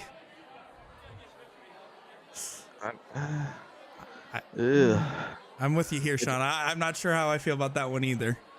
Yeah, because now she needs a 5 mark this round, including a triple 19 and a single 19. Or else she can't really go at the close again. And now she has to stay there. She's locked in. She does get rid of it that time. I agree with that move from her, but it's 1 round too late. Exactly. Now Mark Rowe in control, not chasing, but rather he just needs to, if he opens up a number here, he is still in a massive advantage. And that he does. Unfortunately, not getting the points, but he should be staying there and hits a huge 6 mark at a pivotal point in this leg. And he gives out a lion's roar for that one. And to kind of conclude that chasing conversation, when you're playing, especially at this level of darts, you want to control what your opponent's able to shoot at, not you answering to them. So if you're ahead by a lot of points, they have to stay down and point more. They can't go after your numbers. Same thing, if you're taking away the numbers that they prefer, then they have to shoot at numbers they might not be as comfortable with. And when you're 9 mark ahead, that's what makes the difference. Yeah. And right now, Chrissy finds herself behind all of a sudden. And I really think that's 120 extra points that Mark was able to get on those 20s. I don't want to keep harping on it, but if she loses this leg, that one dart might be the entire reason why. And it's those small rounds. It's not the grand things. It's not the grand average even. It's darts like that that can affect the whole outcome of a whole night of performance. It's what you're going to be thinking about. You don't want to have the regret about that shot. You have to move on and go from there. But you're right. That is a clerical error that she doesn't typically make. Abby in chat here saying, have you all read articles about the center of balance that male players have compared to women when it comes to darts? Quite interesting. I have not, but that does sound very interesting. Something I need to be doing some research into. Yeah, I guarantee you he reads that article for next time. And that sounds very interesting to me too. I just know that Nick, he likes to talk about thermonuclear gameplay. Because he read like a 1950s article on darts. So he's probably going to know a lot more about that article as well. Yeah, Well, if there's a link, that is interesting. Yeah, absolutely. Please share that in chat. If it does let you post the link, and if you have any issues, please send it over to me directly. I am pinned at the top of Facebook. How about this? Mark Rowe drags it back to even. We have a 6-6 score line, and he does not have to break any more throws of Chrissy Grimal to win this match. Very interesting. We saw 4 off the spin for Chrissy and then a snap back for 3 wins in a row for Mark. We're getting to some dicey territory as we're getting into this late part of the night for them. I mean, you're looking at a 3-hour time difference between these players, which is also another factor that will play into the energy levels of this match. Yeah, it's just going on 8 o'clock Mark's time, and we're at 11 o'clock p.m. or Eastern for you and I. But speaking of West Coast, that's where A to Z Darts is located. Did you know that? I have heard in Sacramento, California, from what I have been told. And tonight we are brought to you by A to Z Darts. Did you hear that A to Z Darts is giving away a $15 gift certificate to their website tonight? It can be used on any product seen on the website and combined with any special. Use it towards a $45 purchase to qualify for free shipping in the continental U.S. All you have to do is leave a comment in our chat. Tell us where you're tuning in from. Tell us who you have in this one. Tell us how much you enjoy not having to hear Will Stewart's voice tonight. Anything along those lines, and you are automatically entered in for your chance to win tonight's raffle. We will post the winning person on Partners Promoting Darts Facebook page. And also tonight, don't forget that it is brand month over at A to Z Darts, and you have only 1 day left to take advantage of all Eagle claw shafts, foldable flights, and Shot L-Style collab flights being on sale. Check the homepage for the Shot sale banner and stock up now.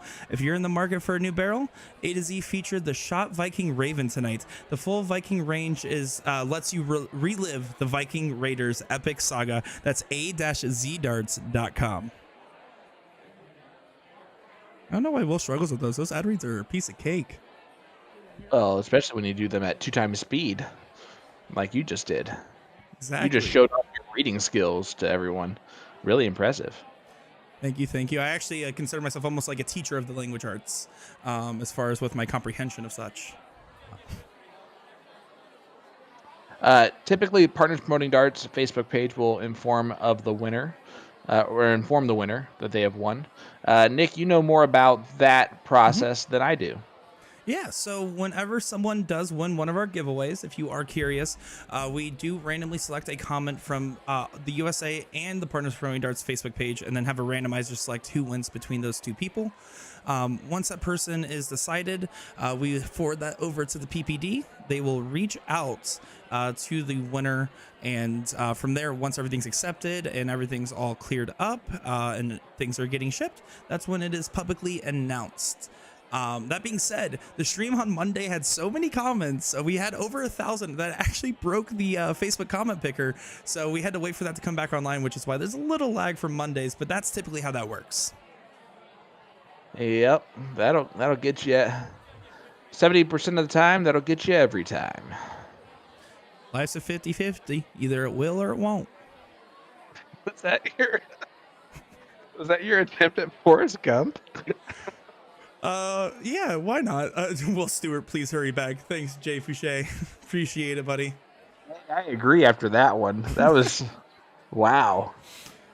You know, I was excited to talk some sports, some movie references, some song references, knowing who sings American Pie. I've been really looking forward to not understanding half of them and butchering the ones I try to go for.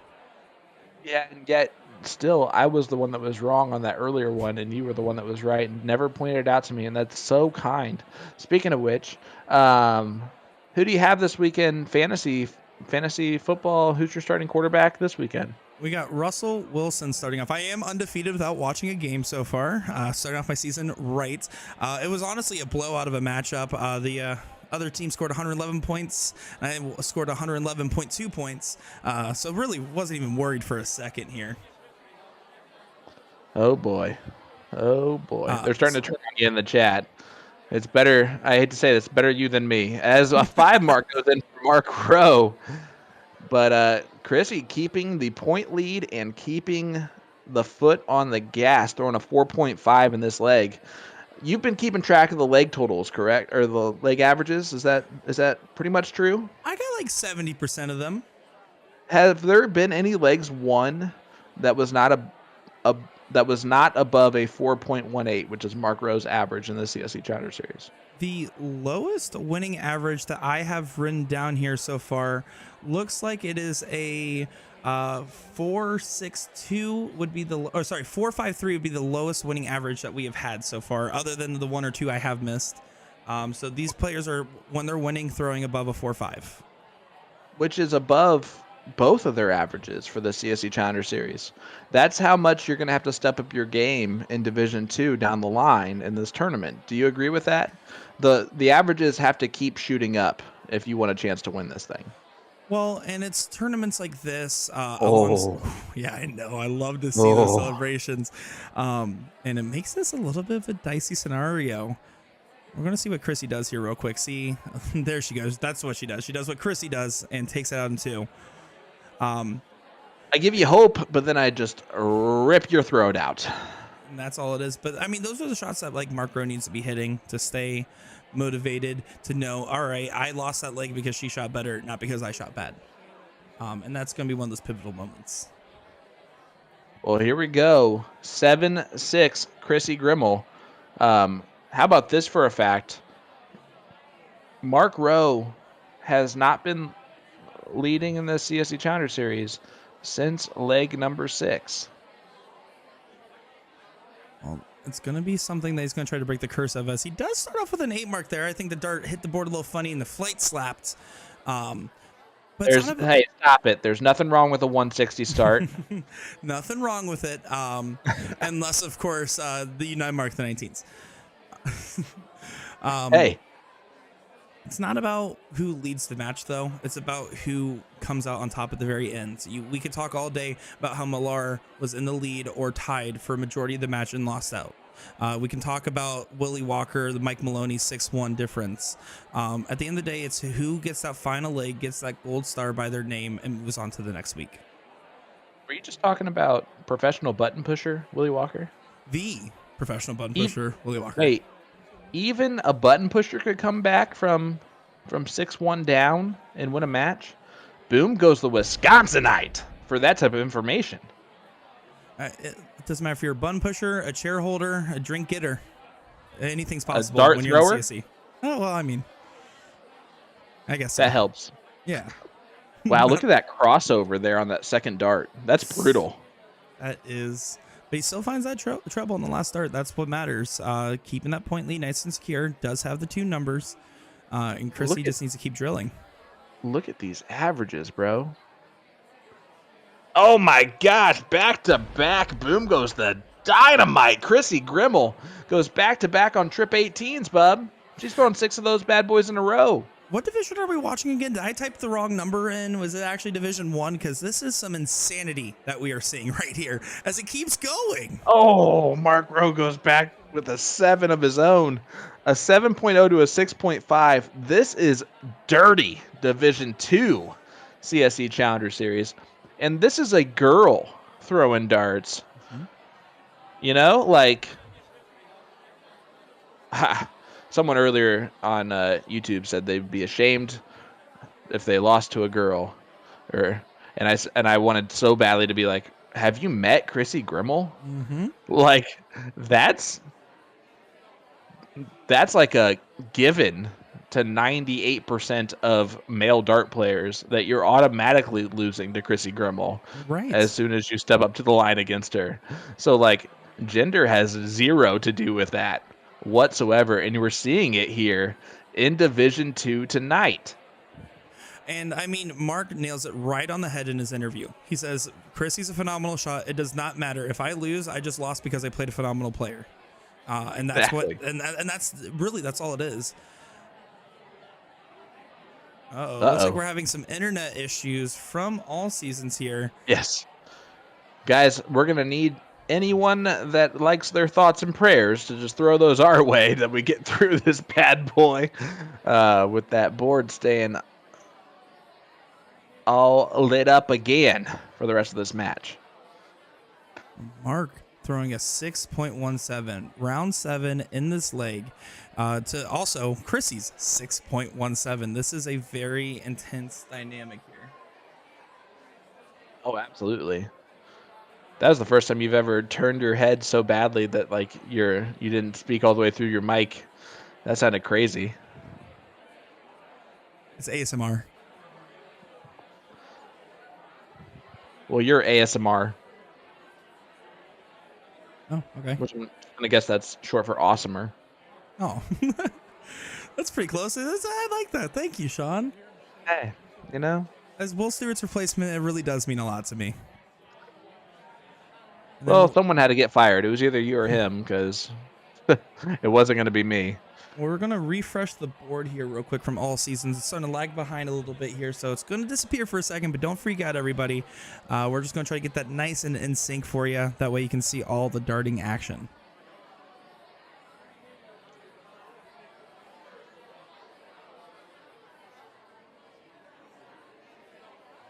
Chrissy needs a trip 18 here, you think. She closes the 17s. Huh? Sometimes you have to get off that battle. People in chat are right.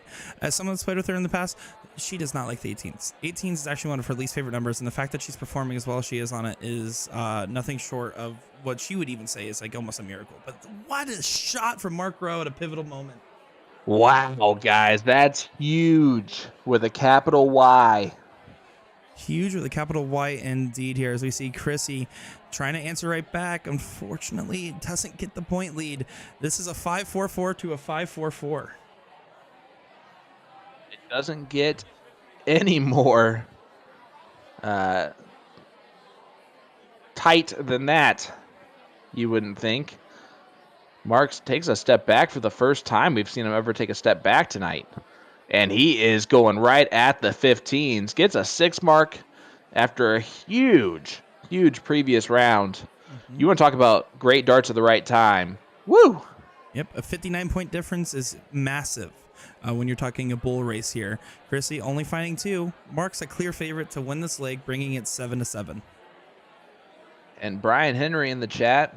Brother, you have created a new job title on your own, as Willie Walker is Mark Rowe's button pusher for the evening.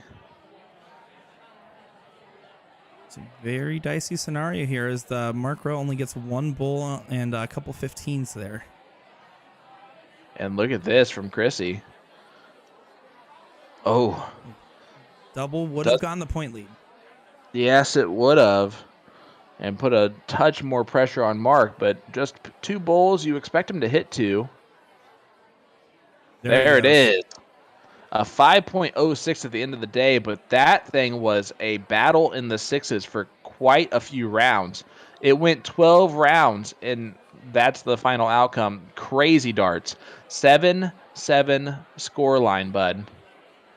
It doesn't get closer than this. My 9-7 pick's looking a little dicey now. And that wasn't even me underestimating Mark Rowe. I think these players are just really just not giving the other an edge. They're just fighting and fighting and fighting. Guys, hit that like button, hit that share button. Let everyone know that we are here in a 7-7 scoreline. Don't even pay any attention to the screen that says 8-7. Don't ask us why, but just know that it is 7-7. And we are going the distance most likely, if I'm being honest with you, unless something crazy happens on the reverse. But Chrissy Grimal with the start. You just got to hold. Get that throw and just hold. Chrissy needs to start off nice and strong, which she is looking to do here. Yeah, that'll work. 7 mark open for Chrissy Grimal. That means Mark needs to 9 mark the 19s just to get back in control. Right now, he is getting a pretty solid start, but not the one he envisioned. Chrissy going to probably start up with that 20s again, just as she has been.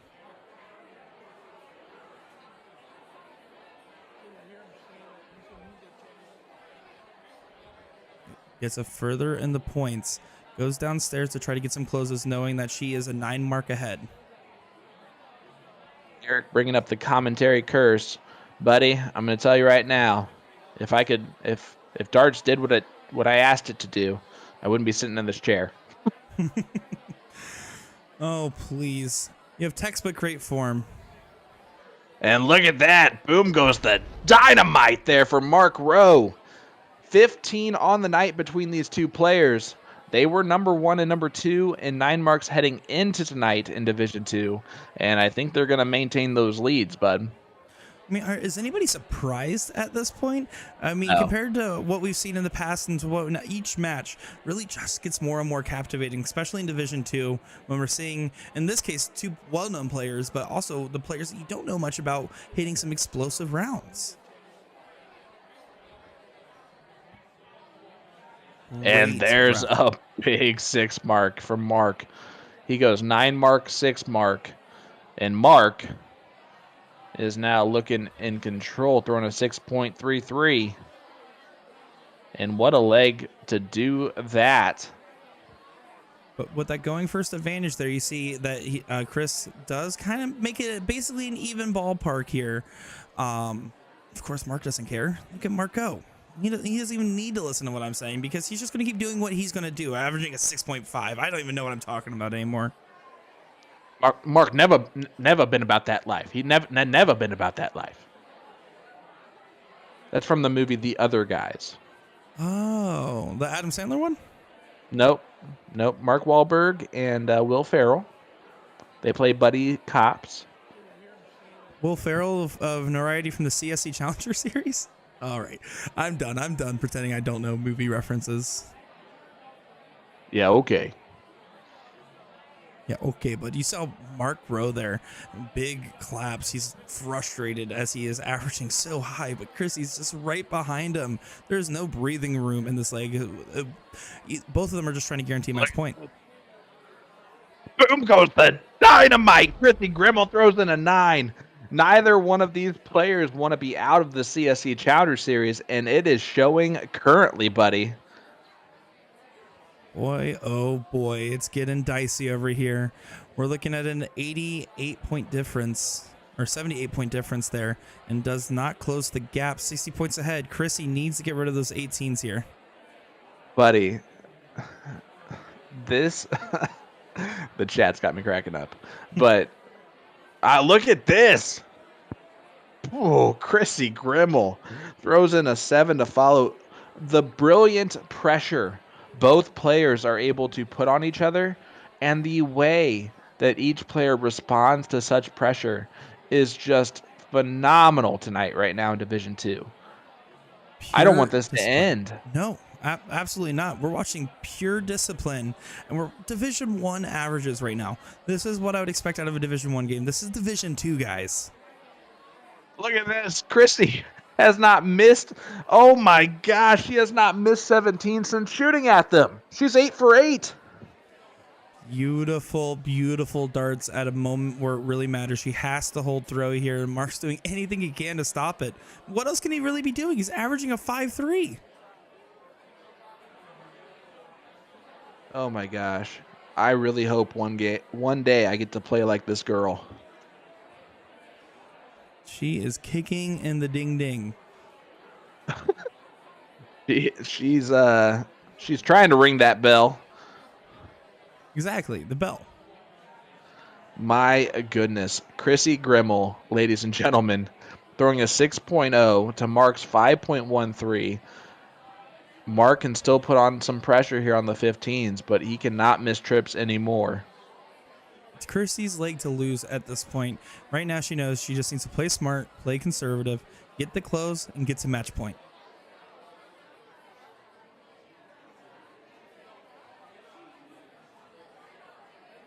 Well, there goes the 15s. Looking back at the 17s to extend that point lead. Doing everything that she needs to do to ensure victory in this leg. And as you said earlier, that's exactly what she's doing with those points, is not being afraid, not trying to offend anybody, not trying to discredit somebody. It's simply proving that she is so far out of range, mathematically speaking, and guaranteeing a win.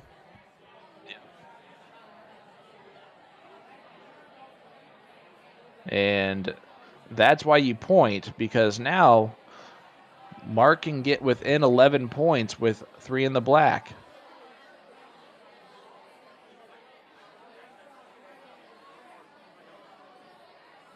He is trying. He is all over the bowl. Does find a hat trick. Gets it within 100 points, but it's going to be a little too late for this leg, as Chrissy just needs 2 to take it home, and take it to match point. Excuse me. So apparently, did you see that? You have a new catchphrase. That is Chrissy's catchphrase. If you ask her, she will fully admit to it. That is not mine. It's actually copywritten, unfortunately, or else it would be mine. But I'm just going to stick with 110%. Mark Rowe has winning darts right now. Oh, double bowl there would have left the trip 17. Does not get the point lead. And he is fired up. Chrissy, trying to let this one go, is going to need to throw in some bulls right now. I wouldn't be surprised if she went to 17 if she misses that first start. Or no, she goes right at it first. She's going for a kill shot. Again, Mark has winning darts. I'm surprised she did not point that last dart, man. She needed to throw that last dart at 17. Sometimes the rhythm leads you astray, and that's exactly what happened in that scenario. If she throws a 17 there, he doesn't have winning darts. But he still has winning darts. Oh boy. Oh my millimeters. goodness. And then even there, Markola's frustration get the best of him. You have to stay in the bowl there. Take a dart out of your opponent's hand. Chrissy needs to do it now or never. She walked that thing right on out. There it is.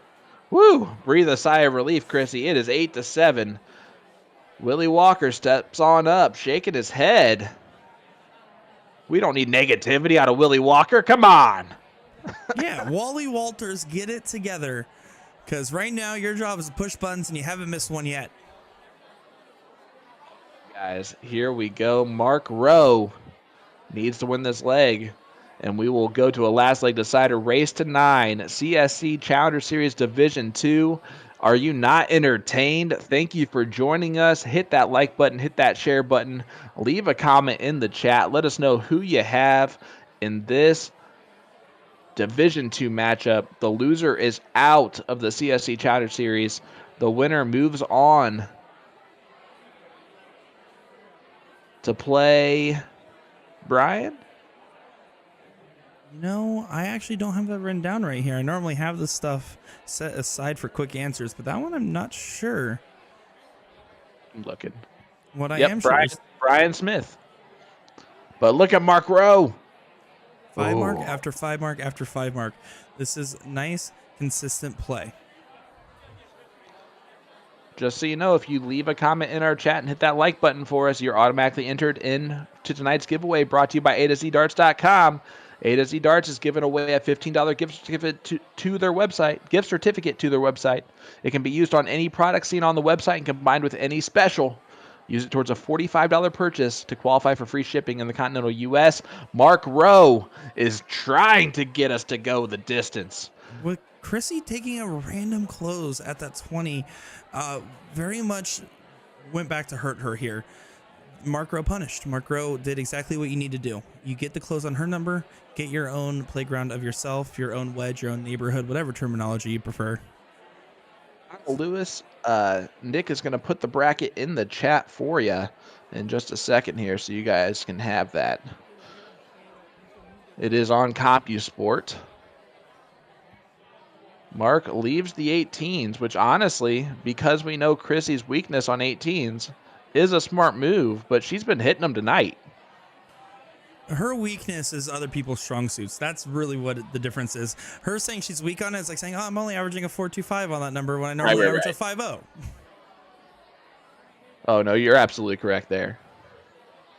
Mark, 5.25 average in clear control, driving along this leg, and now he just needs to do exactly what he should have been doing there, which is 3 marks, safe closes. But that's one of those doors opening. Well, Chrissy has to stay there the whole way. 6 of them do not give her the point lead. She might.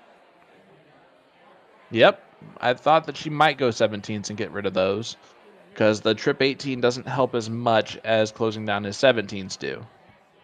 Now, the only 2 flossies I could really see behind doing that shot, specifically 17 rather than opening another number, is either she's trying to take advantage of the fact that she's guaranteed a match point, a last leg decider, or simply that she's just trying to move this leg along because she doesn't feel good with the start. In either case, right now, Mark Rowe, clear favorite to take this leg and take us all the way to the end here. Yeah, and I cannot wait to see what happens from this point forward. If you have friends that love darts, hit this share button, guys. Let them know this thing's about to get interesting. And another last leg decider type match where Will Stewart's not even here. We've had more last leg deciders when Will is not here versus when he is here, which I think is a very funny statistic. Mac Edward watching from Ontario, Canada. Hey, I was just there in Waterdown this past weekend. I love it. All right, Mark, 3 bowls away, is going to go back to the 15s and extend that point lead. That last one doesn't really matter a whole lot, though. And Chrissy has winning darts in her hand. I wouldn't put it past her to hit it here. There's one. Double bowl. We'll tie it up. Oh, doesn't do it. Mark Rowe, this is getting down to it. This is not over yet, ladies and gentlemen. That's a blocker. Uh-oh. Oh, that's a big dart. Squeezes big it. Dart. Squeezes it. Oh, my. But now a 60-point triple. difference. Now a double and a single bowl will give Chrissy a winning shot at the 15s. Yeah, but she's taking a step back. This is a big shot, man. This is the most pressure you'll face is a out shot like this where you're capable of hitting it, but it requires perfection. There's the single bowl. Not going to do it. There's the double bowl, though, which got her the point lead. So now Mark has to go to the 15s again. Oh. Let's find one trouble. He needs to get another to make it interesting. Fortunately, only hits a single there. Fortunately, hits a single. 55 points. Same shot. The single, though, did help add an extra bowl. There's the single. Needs the double. There's the double bowl. Trip 15 for the win. Oh my goodness. Mark Rowe is playing with fire. Stop that, sir. You need to get this thing finished now. This is getting so dicey so fast.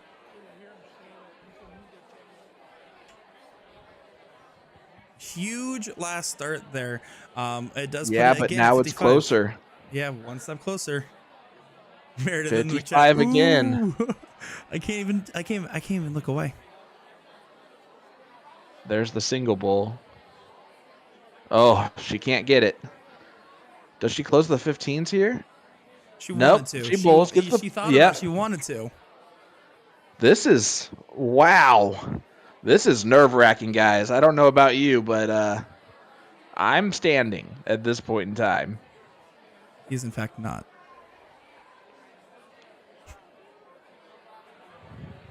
Another 5 mark.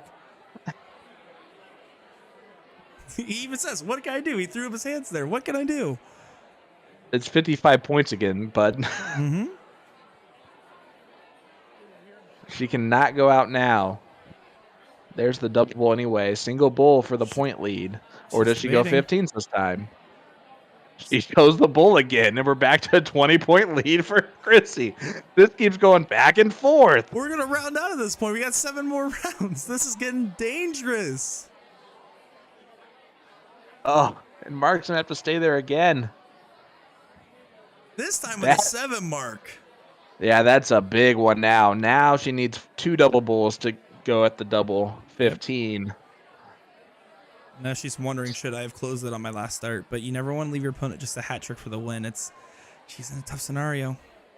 Now she needs a double bull just for the point lead. Not going to get it, but still impressively throws a hat trick in this moment. Guys. Mark needs to take a stab here. At some point, you're going to have to shoot it. There's the double bull. And we're going the distance. What a huge round there and a huge leg of darts. That was awesome, buddy. 8-8 scoreline.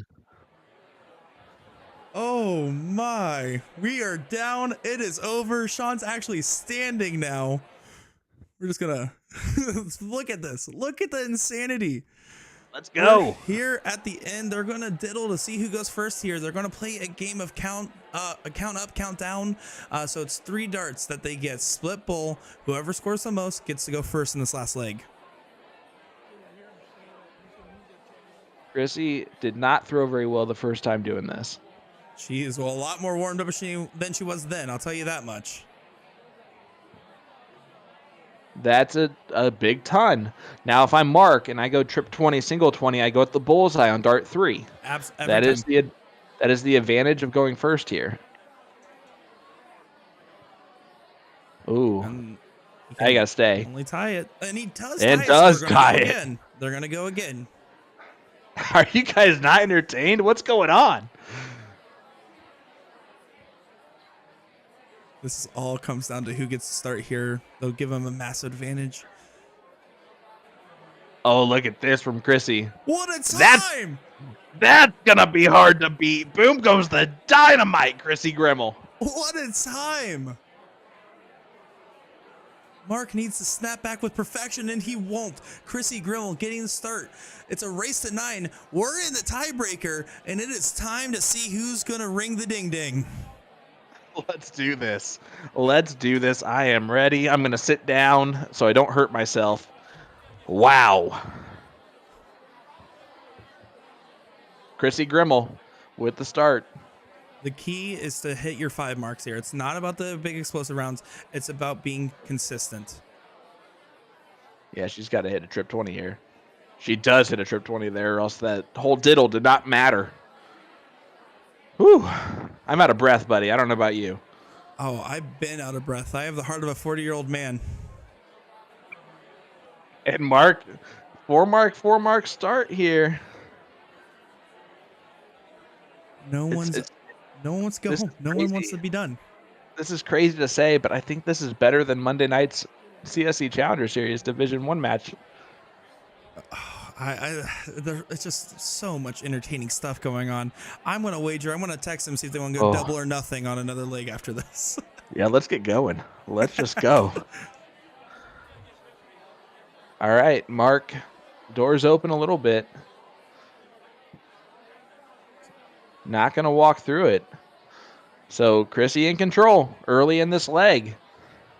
I almost was about 8-8 to say scoreline. I was almost about to say that they're off right now, but they're averaging in the fours. Their averages are in the fours. We've just been spoiled by amazing darts from some amazing players tonight. Yeah, we're about to see something special here. Looking down, Chrissy. Yep, gets a single 19. Another 5 mark. You called it. 5 marks are what's going to matter. Well, just like in 01, if you're scoring 100 points a round, you're going to win. You don't need to be scoring 1080s and stuff like that unless you're into the PDC level. It's about playing consistent right now. And that's what both these players are trying to do. Just hit 4, 5, 6 marks every single time. Just like that. Good 5 mark there from Mark.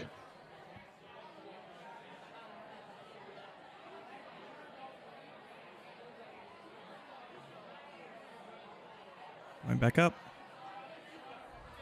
Yep, gets the point lead. Closes the 19s and then goes back up to the points.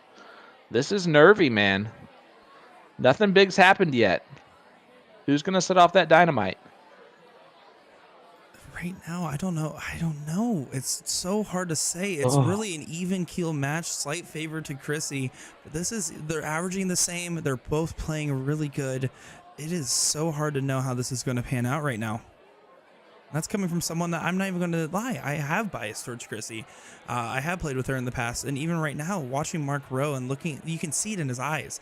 This man is here to do damage.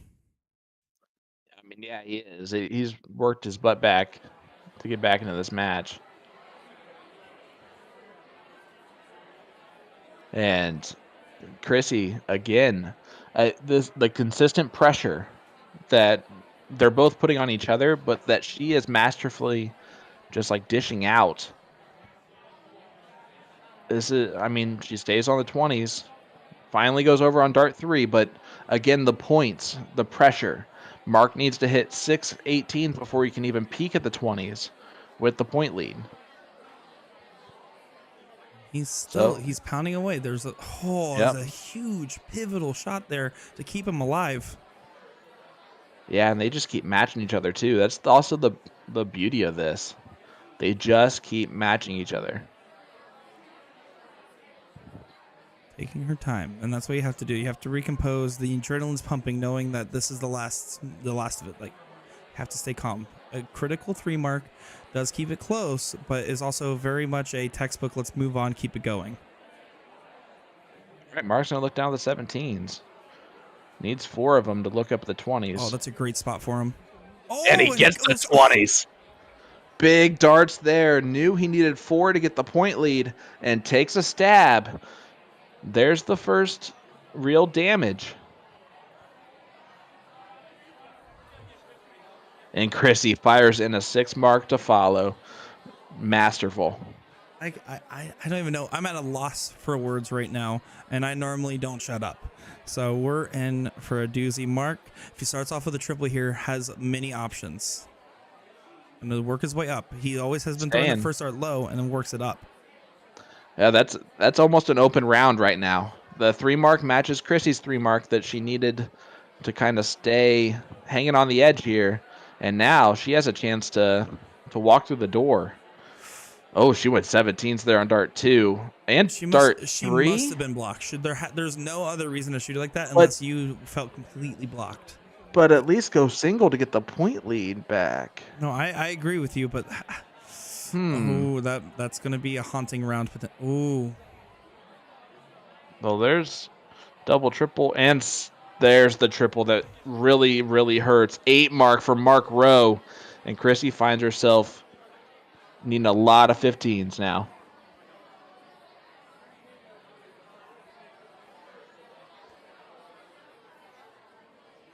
And I wonder if it's going to come down to that miss, that round at the 17s. Yeah. That's going to be the round that's going to keep you up at night if you don't come out on top.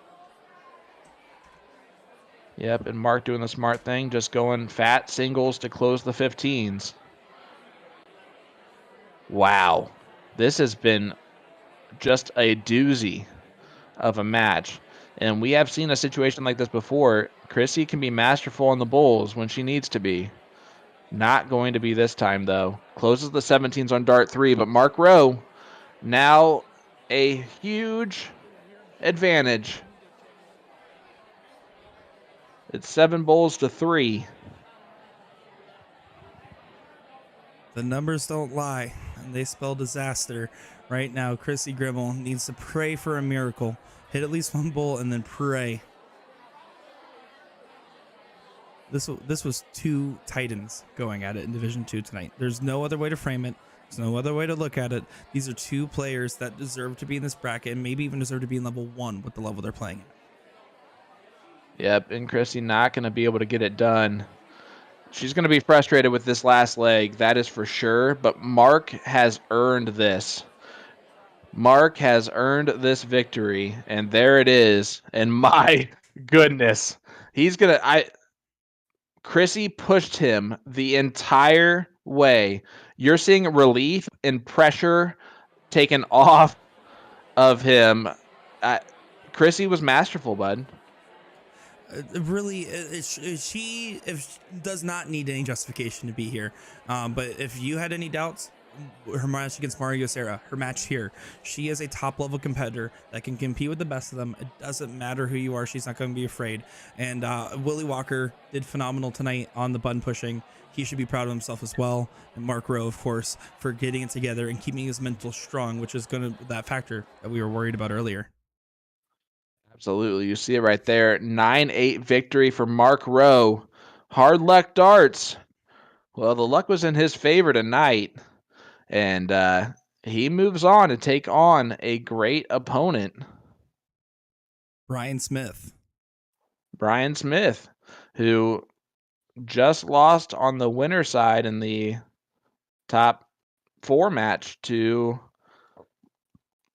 Aaron Ham, who's sitting on the king seat. So that's not going to be an easy matchup for him. Brian right now currently second in average at a 4.47, but we just saw Mark's average for the entire match tonight was a 4.56. Who's the favorite for that one, man? Mark Rowe showed a lot of grit and determination tonight because Chrissy Grimal was on her game and pressured Mark. That's one of those wins that was not fun. The entire match was not fun for Mark Rowe, and Chrissy did that to him. He still comes out on top. That might catapult him to winning this whole thing, man.